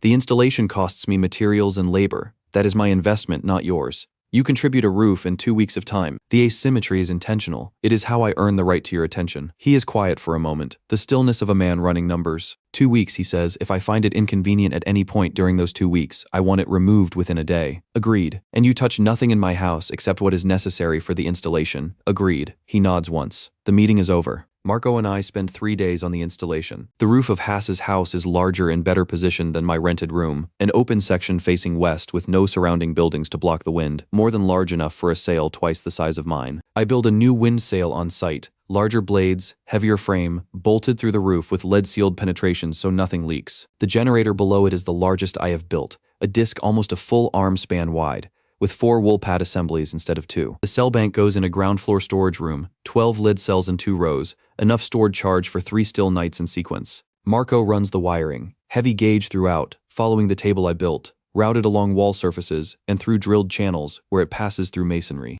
8 lamp housings, 2 in the main hall, 1 in the study, 1 in the bedroom corridor, 1 in the kitchen, 1 in each of 2 guest rooms, and 1 on a post beside the main gate. Each lamp has a simple switch, a lever that lifts a small bridge piece out of the circuit, breaking the connection and stopping the current to that lamp only. I invented this in the last month of testing because I realized that without individual control, every lamp in a building is on or off together. The lever is the simplest possible mechanism, one moving part, no failure modes. I show Haas's head of household how the switches work. He demonstrates it back to me 3 times until he is confident.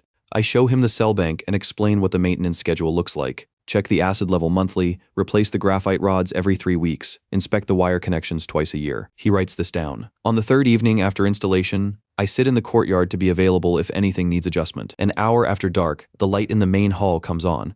I can see it through the tall windows from the courtyard, the clean white light spreading across the ceiling, casting the window frames as sharp shadows on the garden wall. A few minutes later, the study lights, then the bedroom corridor. One by one, as Haas moves through his house and finds each switch, the building brightens from the inside. He comes out to the courtyard an hour later. He is not a man who hurries, and he does not hurry now. He walks across the courtyard and stops a few feet from me and looks at me with an expression that is as close to surprised as I think his face gets. "How long will it run tonight?" he says. "The cells are fully charged from today's wind. 12 cells at current capacity, all 8 lamps running, 6 hours before they drop below useful brightness. If the wind picks up overnight, they will recharge partially. By tomorrow evening, they will be full again. And the rods? 3 weeks before they need replacing. I will do the first replacement myself, so your man can watch the procedure." He is quiet for a moment. "What does this cost to install?" 50 silver for a house this size. That covers the sail, the generator, the cell bank, all wiring and all 8 lamps with the switches. Ongoing maintenance, rod replacements and cell checks is 5 silver per month. I supply the replacement rods. And after installation, the only recurring cost is 5 silver a month. And your own time to operate the switches. Everything else is handled. He nods slowly. He is not calculating whether he can afford it. He is calculating something else, the larger picture. I can see it in the way his eyes move slightly, the small tells of a man running a scenario he has not run before. "I want to invest," he says. "Not just buy an installation. I want to fund production. You make more of these, sell them across the city. I take 30% of revenue, 20%, I say. He looks at me. "You want volume production," I say. "Volume production means I need to hire workers, source materials at scale, and manage installations across multiple sites simultaneously. That requires my full attention and most of my capital. 20% on a large revenue base is worth more to you than 30% on a small one. I grow faster at 20. You earn more at 20. He considers this for exactly the time it takes a man to verify arithmetic he already knows is right. 25, he says. 25, I say. We shake hands in the courtyard, with the light from his own windows falling across both of us. The following week, I'm in my room, going through material cost estimates for the first production run, when Marco arrives at the door with a look on his face. That means something has happened. "Renz is downstairs," he says. I go down. The cloth merchant is standing in the street outside, well dressed as always, with the controlled expression of a man who does not want to appear as interested as he is. He saw the lights in Haas's house 3 nights ago, late, well after midnight, the whole building lit up white, while every other building on the street was dark. He asked around and found out what it was. "You came to me 8 weeks ago," he says. "I did. I said come back when it was working somewhere else." "You did." He pauses. "It is working somewhere else." "It is." He waits, as if expecting me to make the pitch again. I do not. After a moment he says, "What are the terms?" "The installation terms are the same as I described in your office. 50 silver for a building your size, 5 per month maintenance." I pause. "The investment terms are different now. Haas is in at 25%. The remaining available stake is 10%. That is what I have to offer a second investor." He stares at me. "Haas got 25 and you're offering me 10. Haas took the risk when there was one installation on a rented rooftop. You waited until you saw it working in the richest house in the city. The risk premium reflects that difference." He is quiet for a long moment. 10%, he says. 10%. He agrees and he does not look happy about it. And I make sure not to look satisfied about it in front of him because he is still a useful relationship and there is no value in making him feel the loss more than he already does. After he leaves, Marco looks at me from the doorway. "You enjoyed that?" he says. "I recorded it accurately," I say. He said, "Come back when it works somewhere else." It works somewhere else. Those were his conditions, not mine. Marco shakes his head, but he is smiling. I go back to the cost estimates. 2 investors now, 25 and 10% committed, 65% mine. Enough capital coming in to start production at a real scale. I make a list of everything I need to do in the next 30 days. It is a long list. I start at the top. The workshop is on Tanner Street, 3 blocks from the river. It is a long, low building that previously housed a furniture maker who retired and whose family had no interest in continuing the business. The rent is reasonable because the smell from the tanneries 2 streets over is not. After a week, you stop noticing it. Marco says he stopped noticing it after a day. I believe him. We hire 5 workers in the first month. I need people who can do precise metal work, precise glass work, and precise assembly, and I need them to be teachable because the specific precision I need is different from what most craftsmen are used to. Normal carpentry tolerates a gap of a few millimeters. Normal metalwork tolerates a fit that is good enough to hold. Current systems do not tolerate either. A wire connection that is almost tight will heat and eventually fail. A cell casing that is almost sealed will eventually leak. Almost is not a word that belongs in the workshop. 3 of the 5 workers I hire understand this quickly. 2 of them do not, and I spend more time correcting their work than the value they add. I keep them for 2 months while I look for replacements, then let them go. The production sequence for a standard house installation: wind sail assembly, generator and mounting frame, cell bank with lead enclosures, lamp housings with spring advance rod holders, wiring cut and terminated to length, switches. Each component has a written specification with drawn diagrams showing critical dimensions. Each finished component is checked against the specification before it leaves the workshop. The first 10 installation sets sell in the first month. 8 to wealthy households in the city center. 1 to a spice merchant who wants his warehouse lit for night inventory work. 1 to a Benedictine monastery outside the city whose abbot heard about Hass's installation and sent a letter. The monastery installation is the largest single job, 22 lamps across 3 buildings, and the most logistically complex because everything has to be transported 6 miles by cart over an unpaved road. The monastery job goes well. The household jobs go mostly well. The warehouse job reveals a problem I had not anticipated.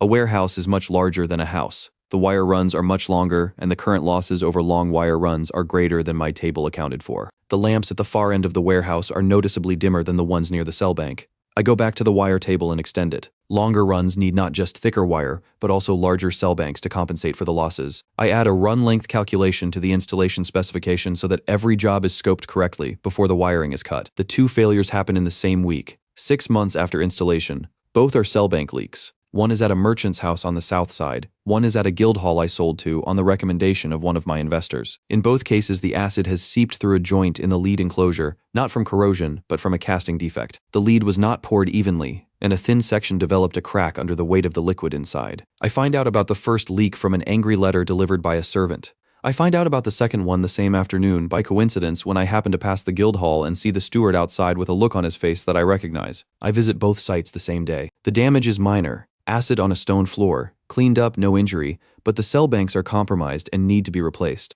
I replace both at no charge the same week, and I apologize to both clients in person, not through a letter. Then I go back to the workshop and spend 3 days rewriting the cell bank specification. The problem is the casting process. Marco has been pouring the lead enclosures freehand in sand molds, which produces slightly variable wall thickness. I design a metal mold, a fixed form that ensures consistent thickness in every pour, with a minimum wall dimension that will not crack under liquid weight.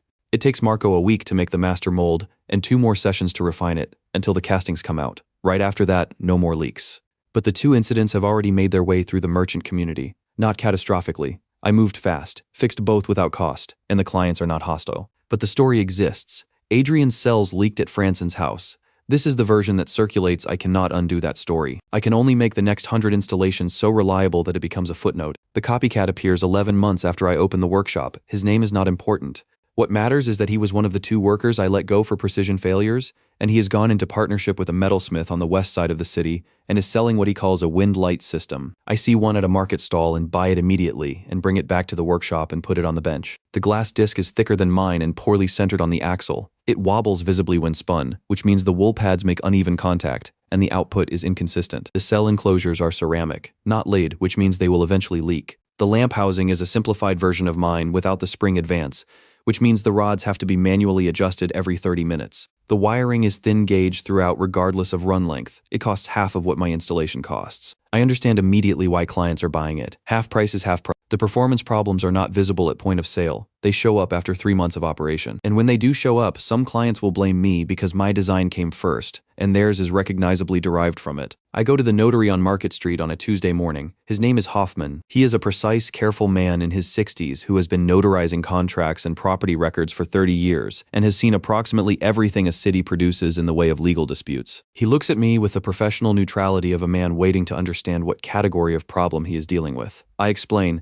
I invented these devices. I can demonstrate prior art, dated records of experiments going back 4 years. The original drawings Marco worked from, the specification documents predating any other installation in the city by more than a year. A competitor is now selling copies of my design without permission and profiting from my work. Hoffman listens carefully. When I finish, he asks, "What document are you seeking?" Something that formally records my authorship of the invention. A dated, sealed document that establishes I created it first, and that any reproduction without my permission constitutes a form of theft. He is quiet for a moment. He takes off his spectacles and cleans them, which I have come to understand is what he does when he is thinking carefully about something he has not thought about before. No such document exists in standard notarial practice, he says. Then we create one. You are a notary. You have the authority to create and seal documents that describe facts and agreements. The fact here is that I invented this system on this date as demonstrated by these records. I'm asking you to formally witness and seal that fact. He puts his spectacles back on. He looks at my documentation. He reads for several minutes. This would be a new category of notarial record, he says. Yeah,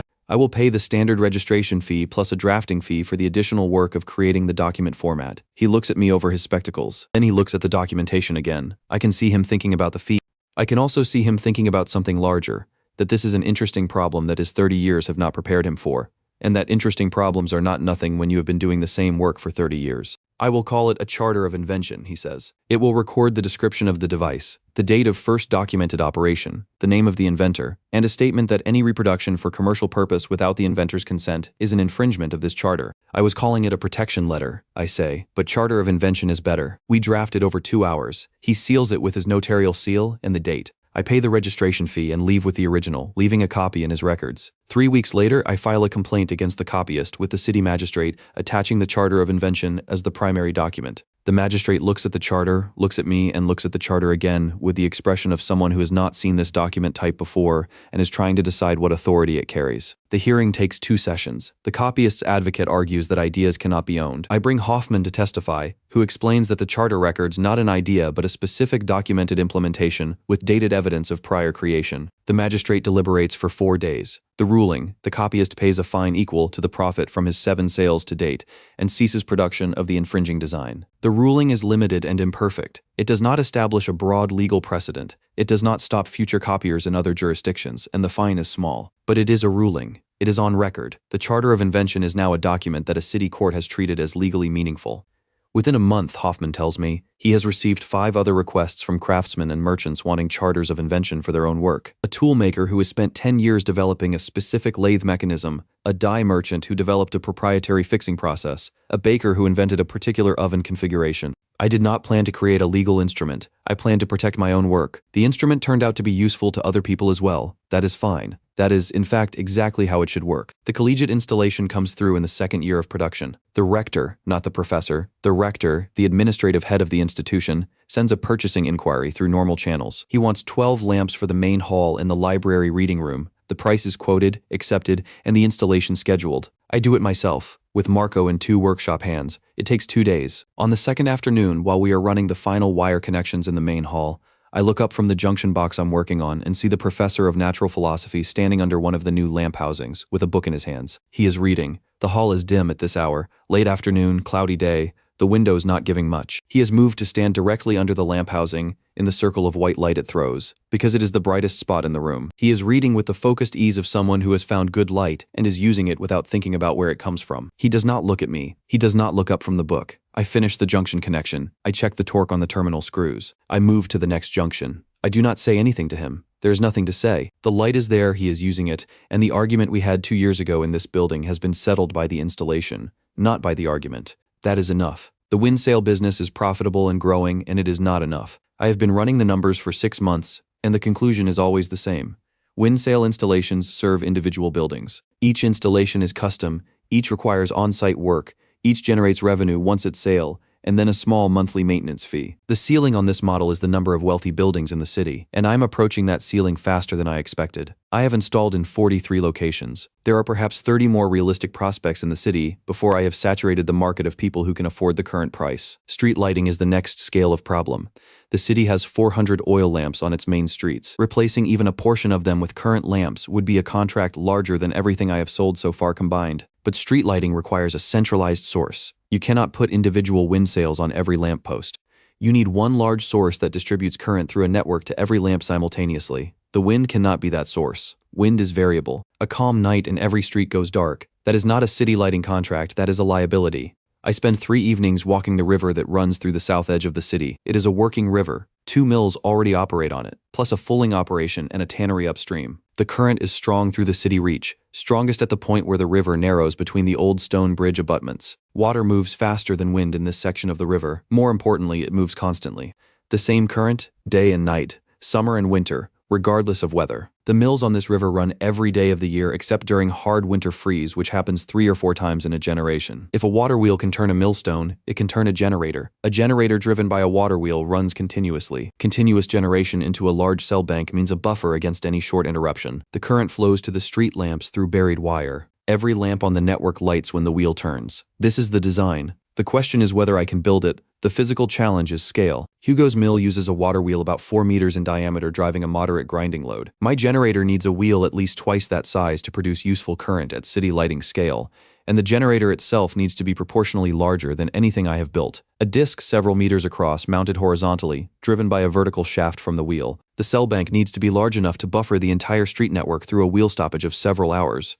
I have never built anything at this scale. I know the principles scale linearly, twice the wheel diameter, roughly twice the output, but the structural engineering is different at large scale. Forces I can ignore in a rooftop installation become significant when the structure weighs several tons and must resist river current continuously. I need money, engineering expertise I do not yet have, and city permission to build a dam structure on the river. Haas's investment capital covers the materials for a standard installation. It does not cover a civil engineering project. I need the city to be a partner, not just a customer. I request a meeting with the city council.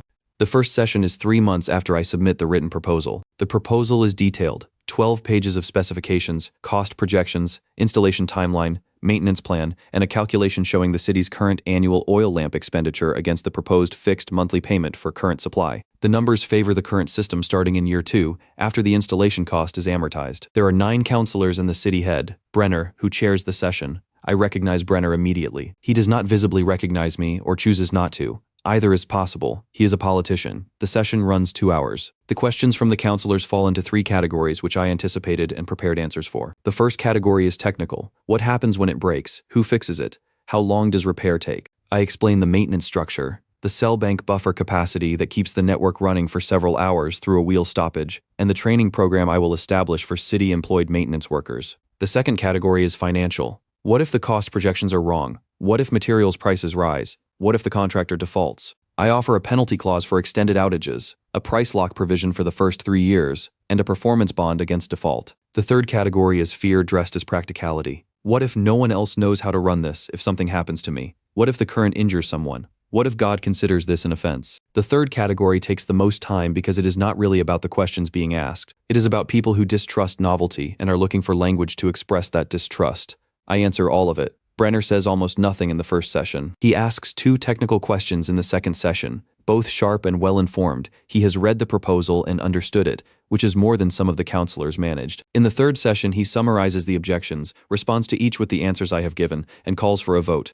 The vote is 6-3 in favor of proceeding to contract negotiation. I sit across from the city solicitor for 4 more weeks working through the contract language. He is a thorough man, and he is representing the city's interests carefully, which I respect. We disagree on 2 things. The first disagreement is the maintenance penalty clause. He wants a penalty that triggers after any outage longer than 4 hours. I want the trigger at 12 hours, because 4 hours is within the cell bank buffer and does not represent a system failure. We settle on 8 hours, which is defensible on both sides. The second disagreement is the exclusivity clause. The solicitor includes, buried in paragraph 14, a provision stating that I will be the sole supplier of current-based street lighting to the city for the duration of the contract and that the city will not enter similar arrangements with any other provider. I read this 3 times before I respond. On the surface, it sounds favorable to me. Exclusive supply means no competition for this contract, but the clause does not protect me. It captures me. If the city is the only buyer I am permitted to sell street lighting to, and the contract comes up for renewal in 5 years, the city can offer me any renewal terms it chooses because I have no alternative buyer. The exclusivity removes competition, but it removes my competition as much as it removes anyone else's. I cross out paragraph 14 and return the draft. The solicitor sends it back with paragraph 14 restored and a covering note explaining that the city requires supply security. I write back, the city's supply security is guaranteed by the penalty clauses and the performance bond. Exclusivity is not supply security. It is price control, and it benefits the city at my expense.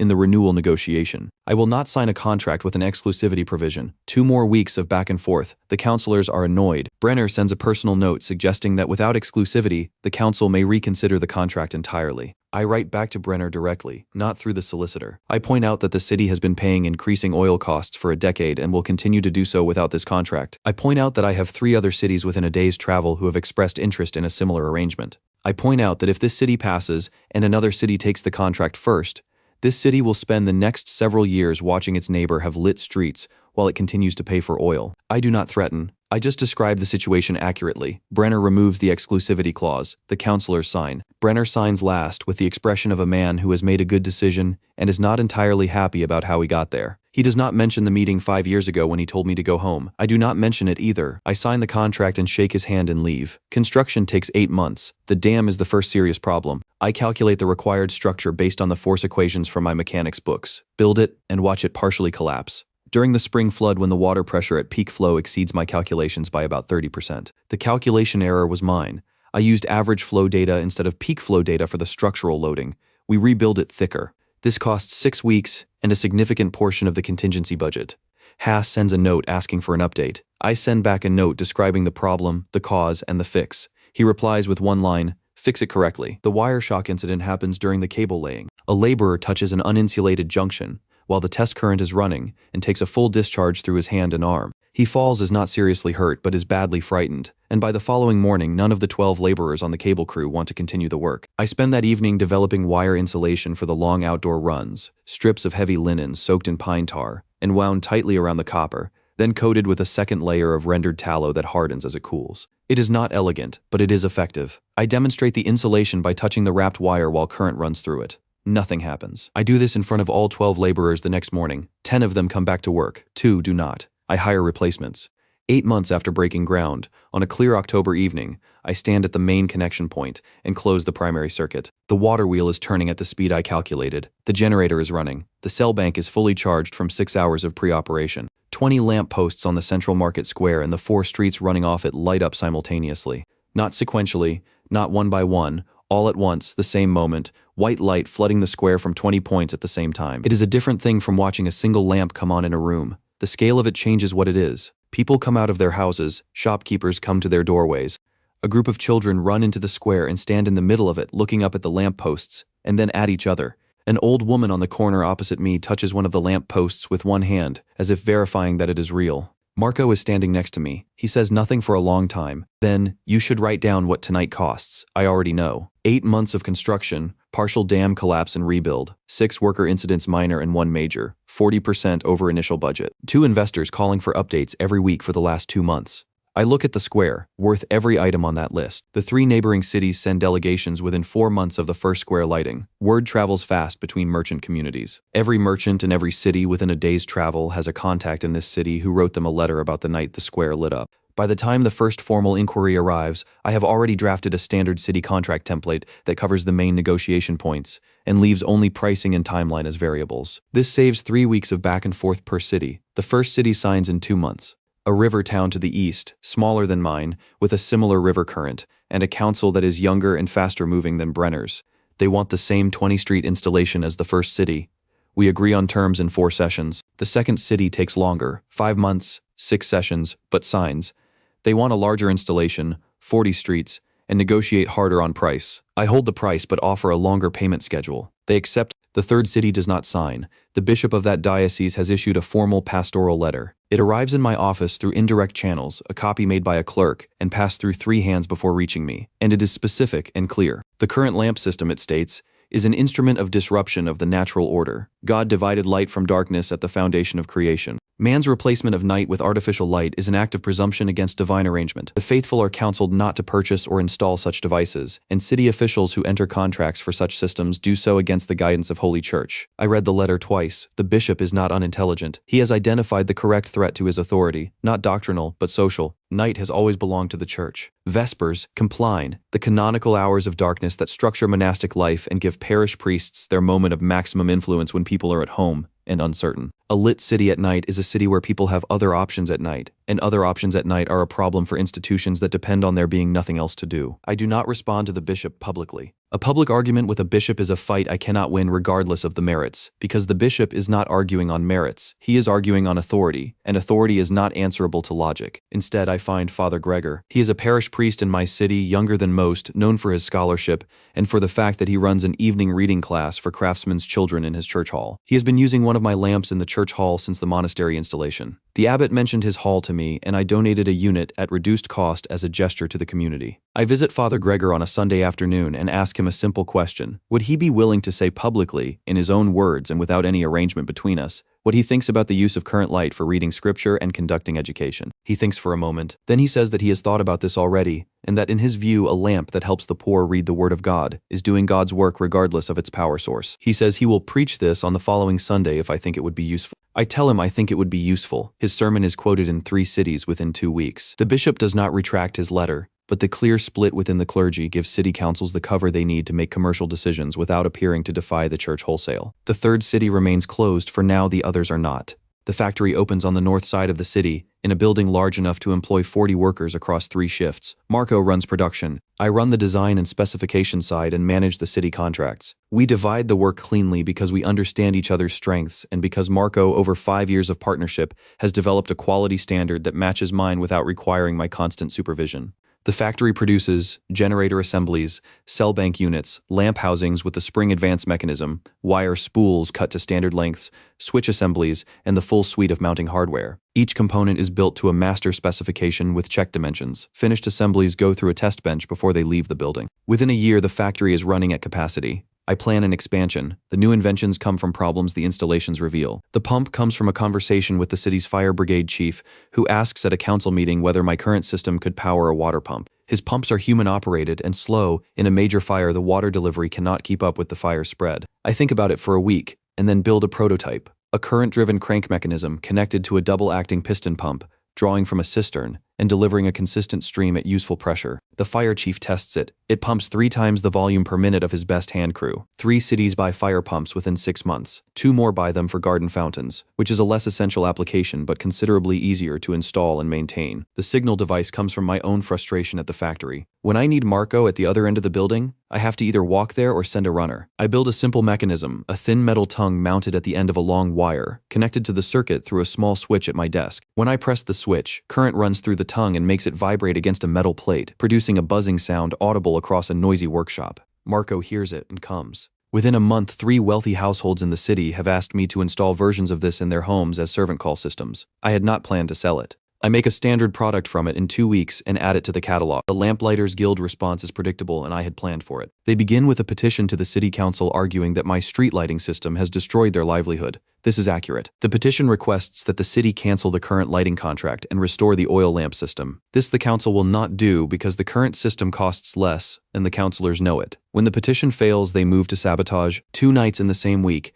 lamp posts on the South Market Street are found broken in the morning. The glass housings smashed, the rod holders bent. The damage is not extensive, but it is clear and intentional. I bring this to the council as a contract enforcement matter. The council investigates and finds 2 former lamplighters responsible. They are fined. On the 3rd day after the fines are announced, I go to the Lamplighters Guild Hall and meet with the chairman. Not the same man who threw me out years ago, he retired, but his successor, a practical man named Wolf, who understands that his industry is finished and is trying to manage the transition. I offer Wolf's members a training program. My systems require regular maintenance, rod replacement, cell inspection, wire checks, lamp housing cleaning. This is skilled work. It needs to be done on a regular schedule, and I currently do it with my own workshop staff who are at capacity. If the lamplighters train to do maintenance work, I will contract them to service the city network. Same weekly income, different task. About half the guild takes the offer. The other half finds other work or retires. The sabotage stops. The letter from the village of Breck arrives on a Tuesday morning in late autumn. It is written in a clerk's hand, formal, slightly stiff, which tells me someone wrote it for the person sending it, who cannot write. The message is brief. Klaus, formerly of Breck Village, is ill and has few resources. He asks whether his son Adrian, who he understands has done well for himself, might see fit to send some assistance. I read it at my desk. I set it down. I pick it up and read it again.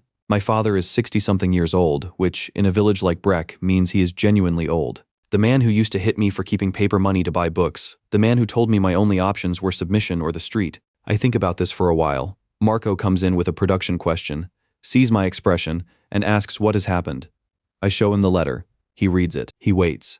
I take out a sheet of paper, write a number on it, not a letter, just a number, the amount I'm sending, and fold it around enough coin to cover it and hand it to my runner with the address. Marco watches me do this. After the runner leaves, he says, "Because I am not going to become someone who lets an old man starve to prove a point to himself." He thinks about this. That is not what I would have done. I know, I say. You would have written a letter too. I go back to work. The patent problem develops slowly and then all at once.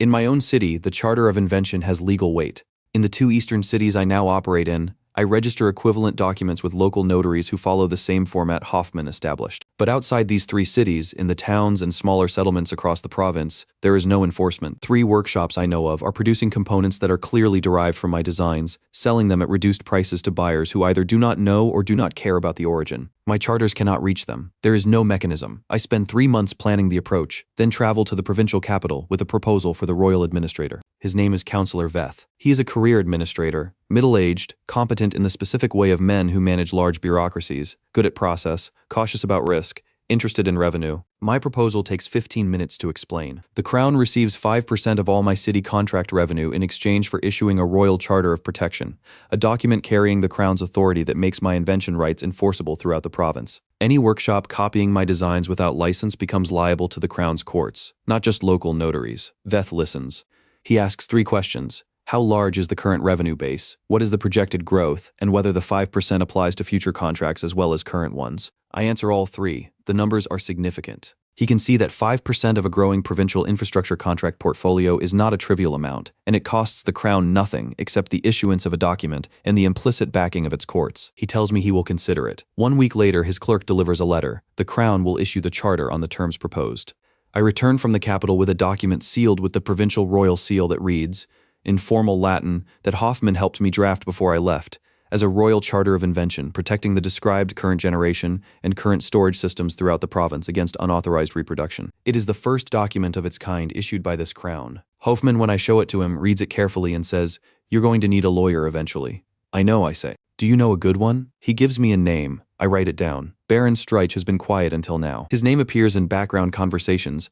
A councillor in the second city mentions that a representative of Streich's household attended one of the early council sessions and asked pointed questions about the contract terms. A merchant I know in the first city mentions that Streich has been asking about the Cell Bank supply chain. He has not moved directly yet. He is watching. He is a man who has governed his territory for 20 years, and he moves carefully when something is new. I watch him back. I have 3 city contracts, a factory at capacity, a royal patent, and a growing list of product types. I have Marco, who I trust completely, and Haas, who I trust commercially. I have a lawyer's name on a piece of paper. What I do not have is any answer to a man with a title, inherited land, and the kind of authority that does not need to argue in court. He is going to move. I do not know when, and I do not know how. But a man who governs the land surrounding 3 of my operating cities, and who understands that cheap energy reduces his leverage over those cities. That man does not stay quiet forever. I make a note to think about this more systematically. I write at the top of the page, what does Streich actually want, and what can I offer him that is worth more to him than blocking me? I do not have an answer yet, but having the right question is always the first step. Let me tell you what I have built.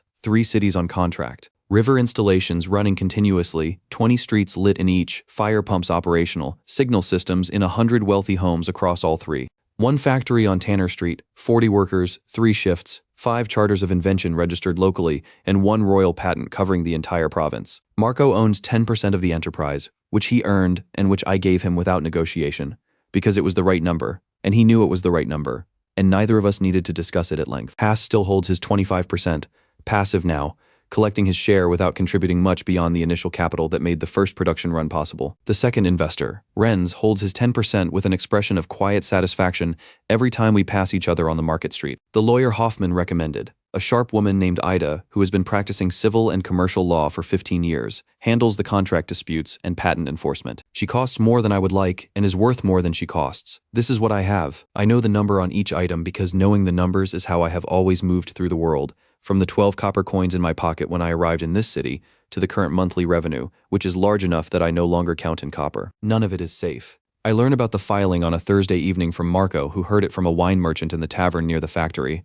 who heard it from a city clerk who was told not to repeat it. A petition has been submitted to the royal court. Baron Streich's seal is on it, along with two others, the bishop of the Northern Diocese and a merchant guild chairman from the capital whose name I recognize as a man who has been trying to enter the urban lighting market for 2 years without success. The petition requests 3 things from the royal court in the capital. First, the annulment of all charters of invention and the royal patent on the grounds that the provincial administrator who issued the royal patent exceeded his authority. There is no law that grants a provincial administrator the power to create a new category of intellectual property, and therefore the document he issued is legally void. Second, the transfer of all existing city lighting contracts from private management to Crown administration, on the grounds that the supply of essential civic infrastructure to multiple cities by a single private individual constitutes a concentration of power that represents a threat to civic order and royal sovereignty. Third, the placement of Adrian of Breck. That is what the document calls me. The village I left at 14 under royal supervision pending investigation of whether his activities and their social effects warrant further regulatory action. Royal supervision, that is the polite term for it. I verify all of this through Ida, who has a contact in the capital who confirms the filing the following morning. The first session of the royal court hearing is in 7 days.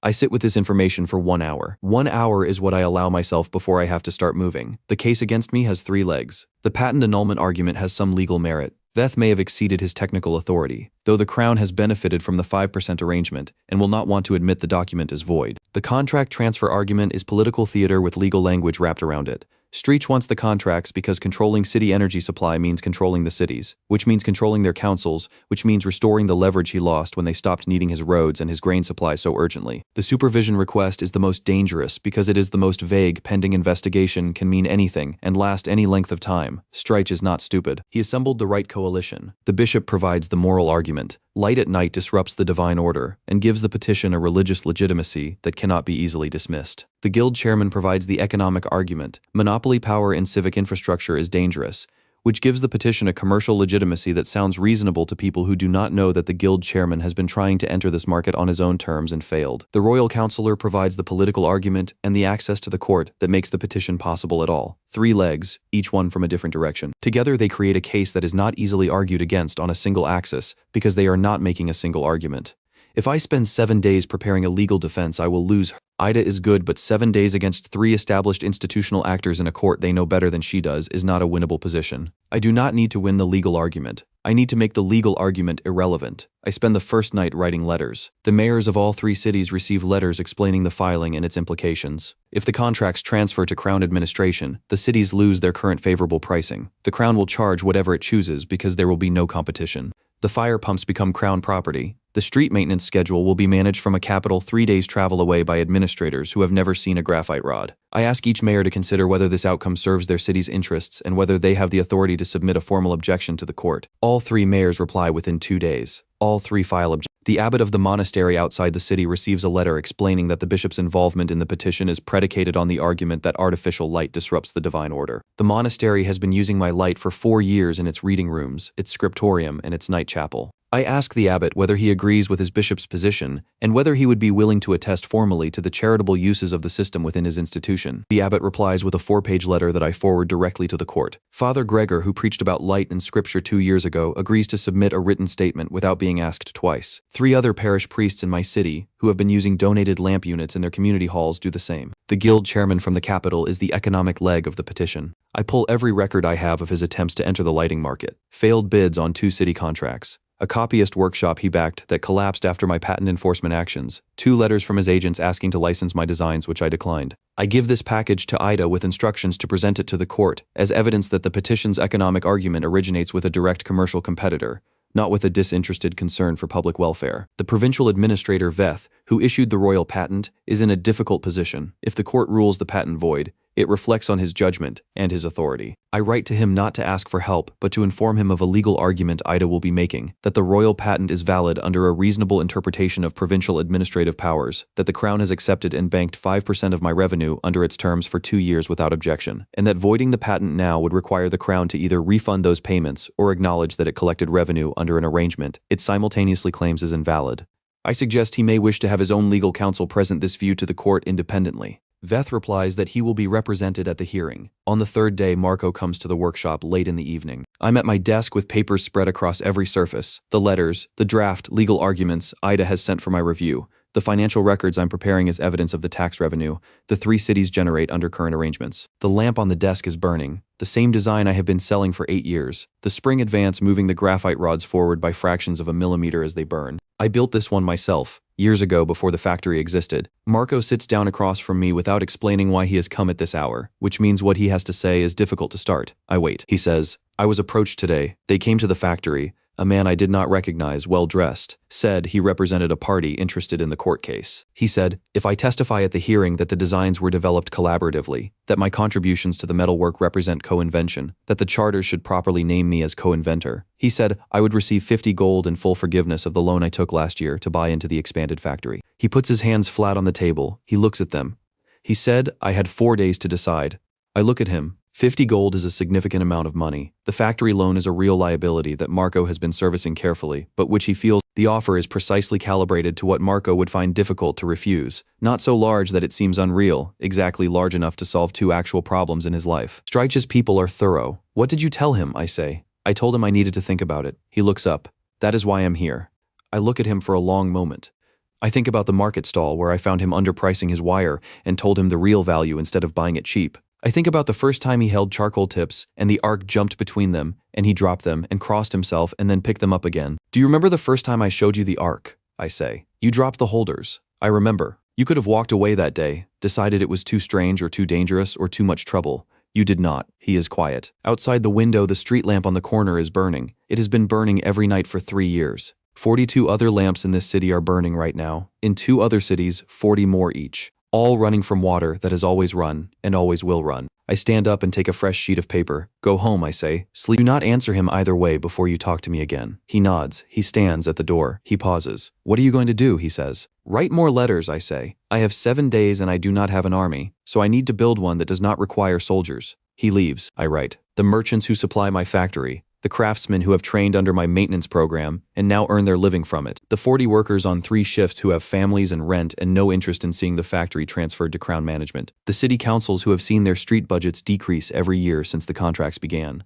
The lawyer Ida, the notary Hoffman, the abbot, the 3 priests. The provincial administrator who issued a patent he now needs to defend. Streich has a baron's title and 3 institutional allies and a court filing. I have everyone whose life is materially better because the lights are on. That is not nothing. That is, in fact, the only kind of army that wins without fighting. I write until the graphite rods need replacing. I replace them without stopping. I keep writing. 7 days.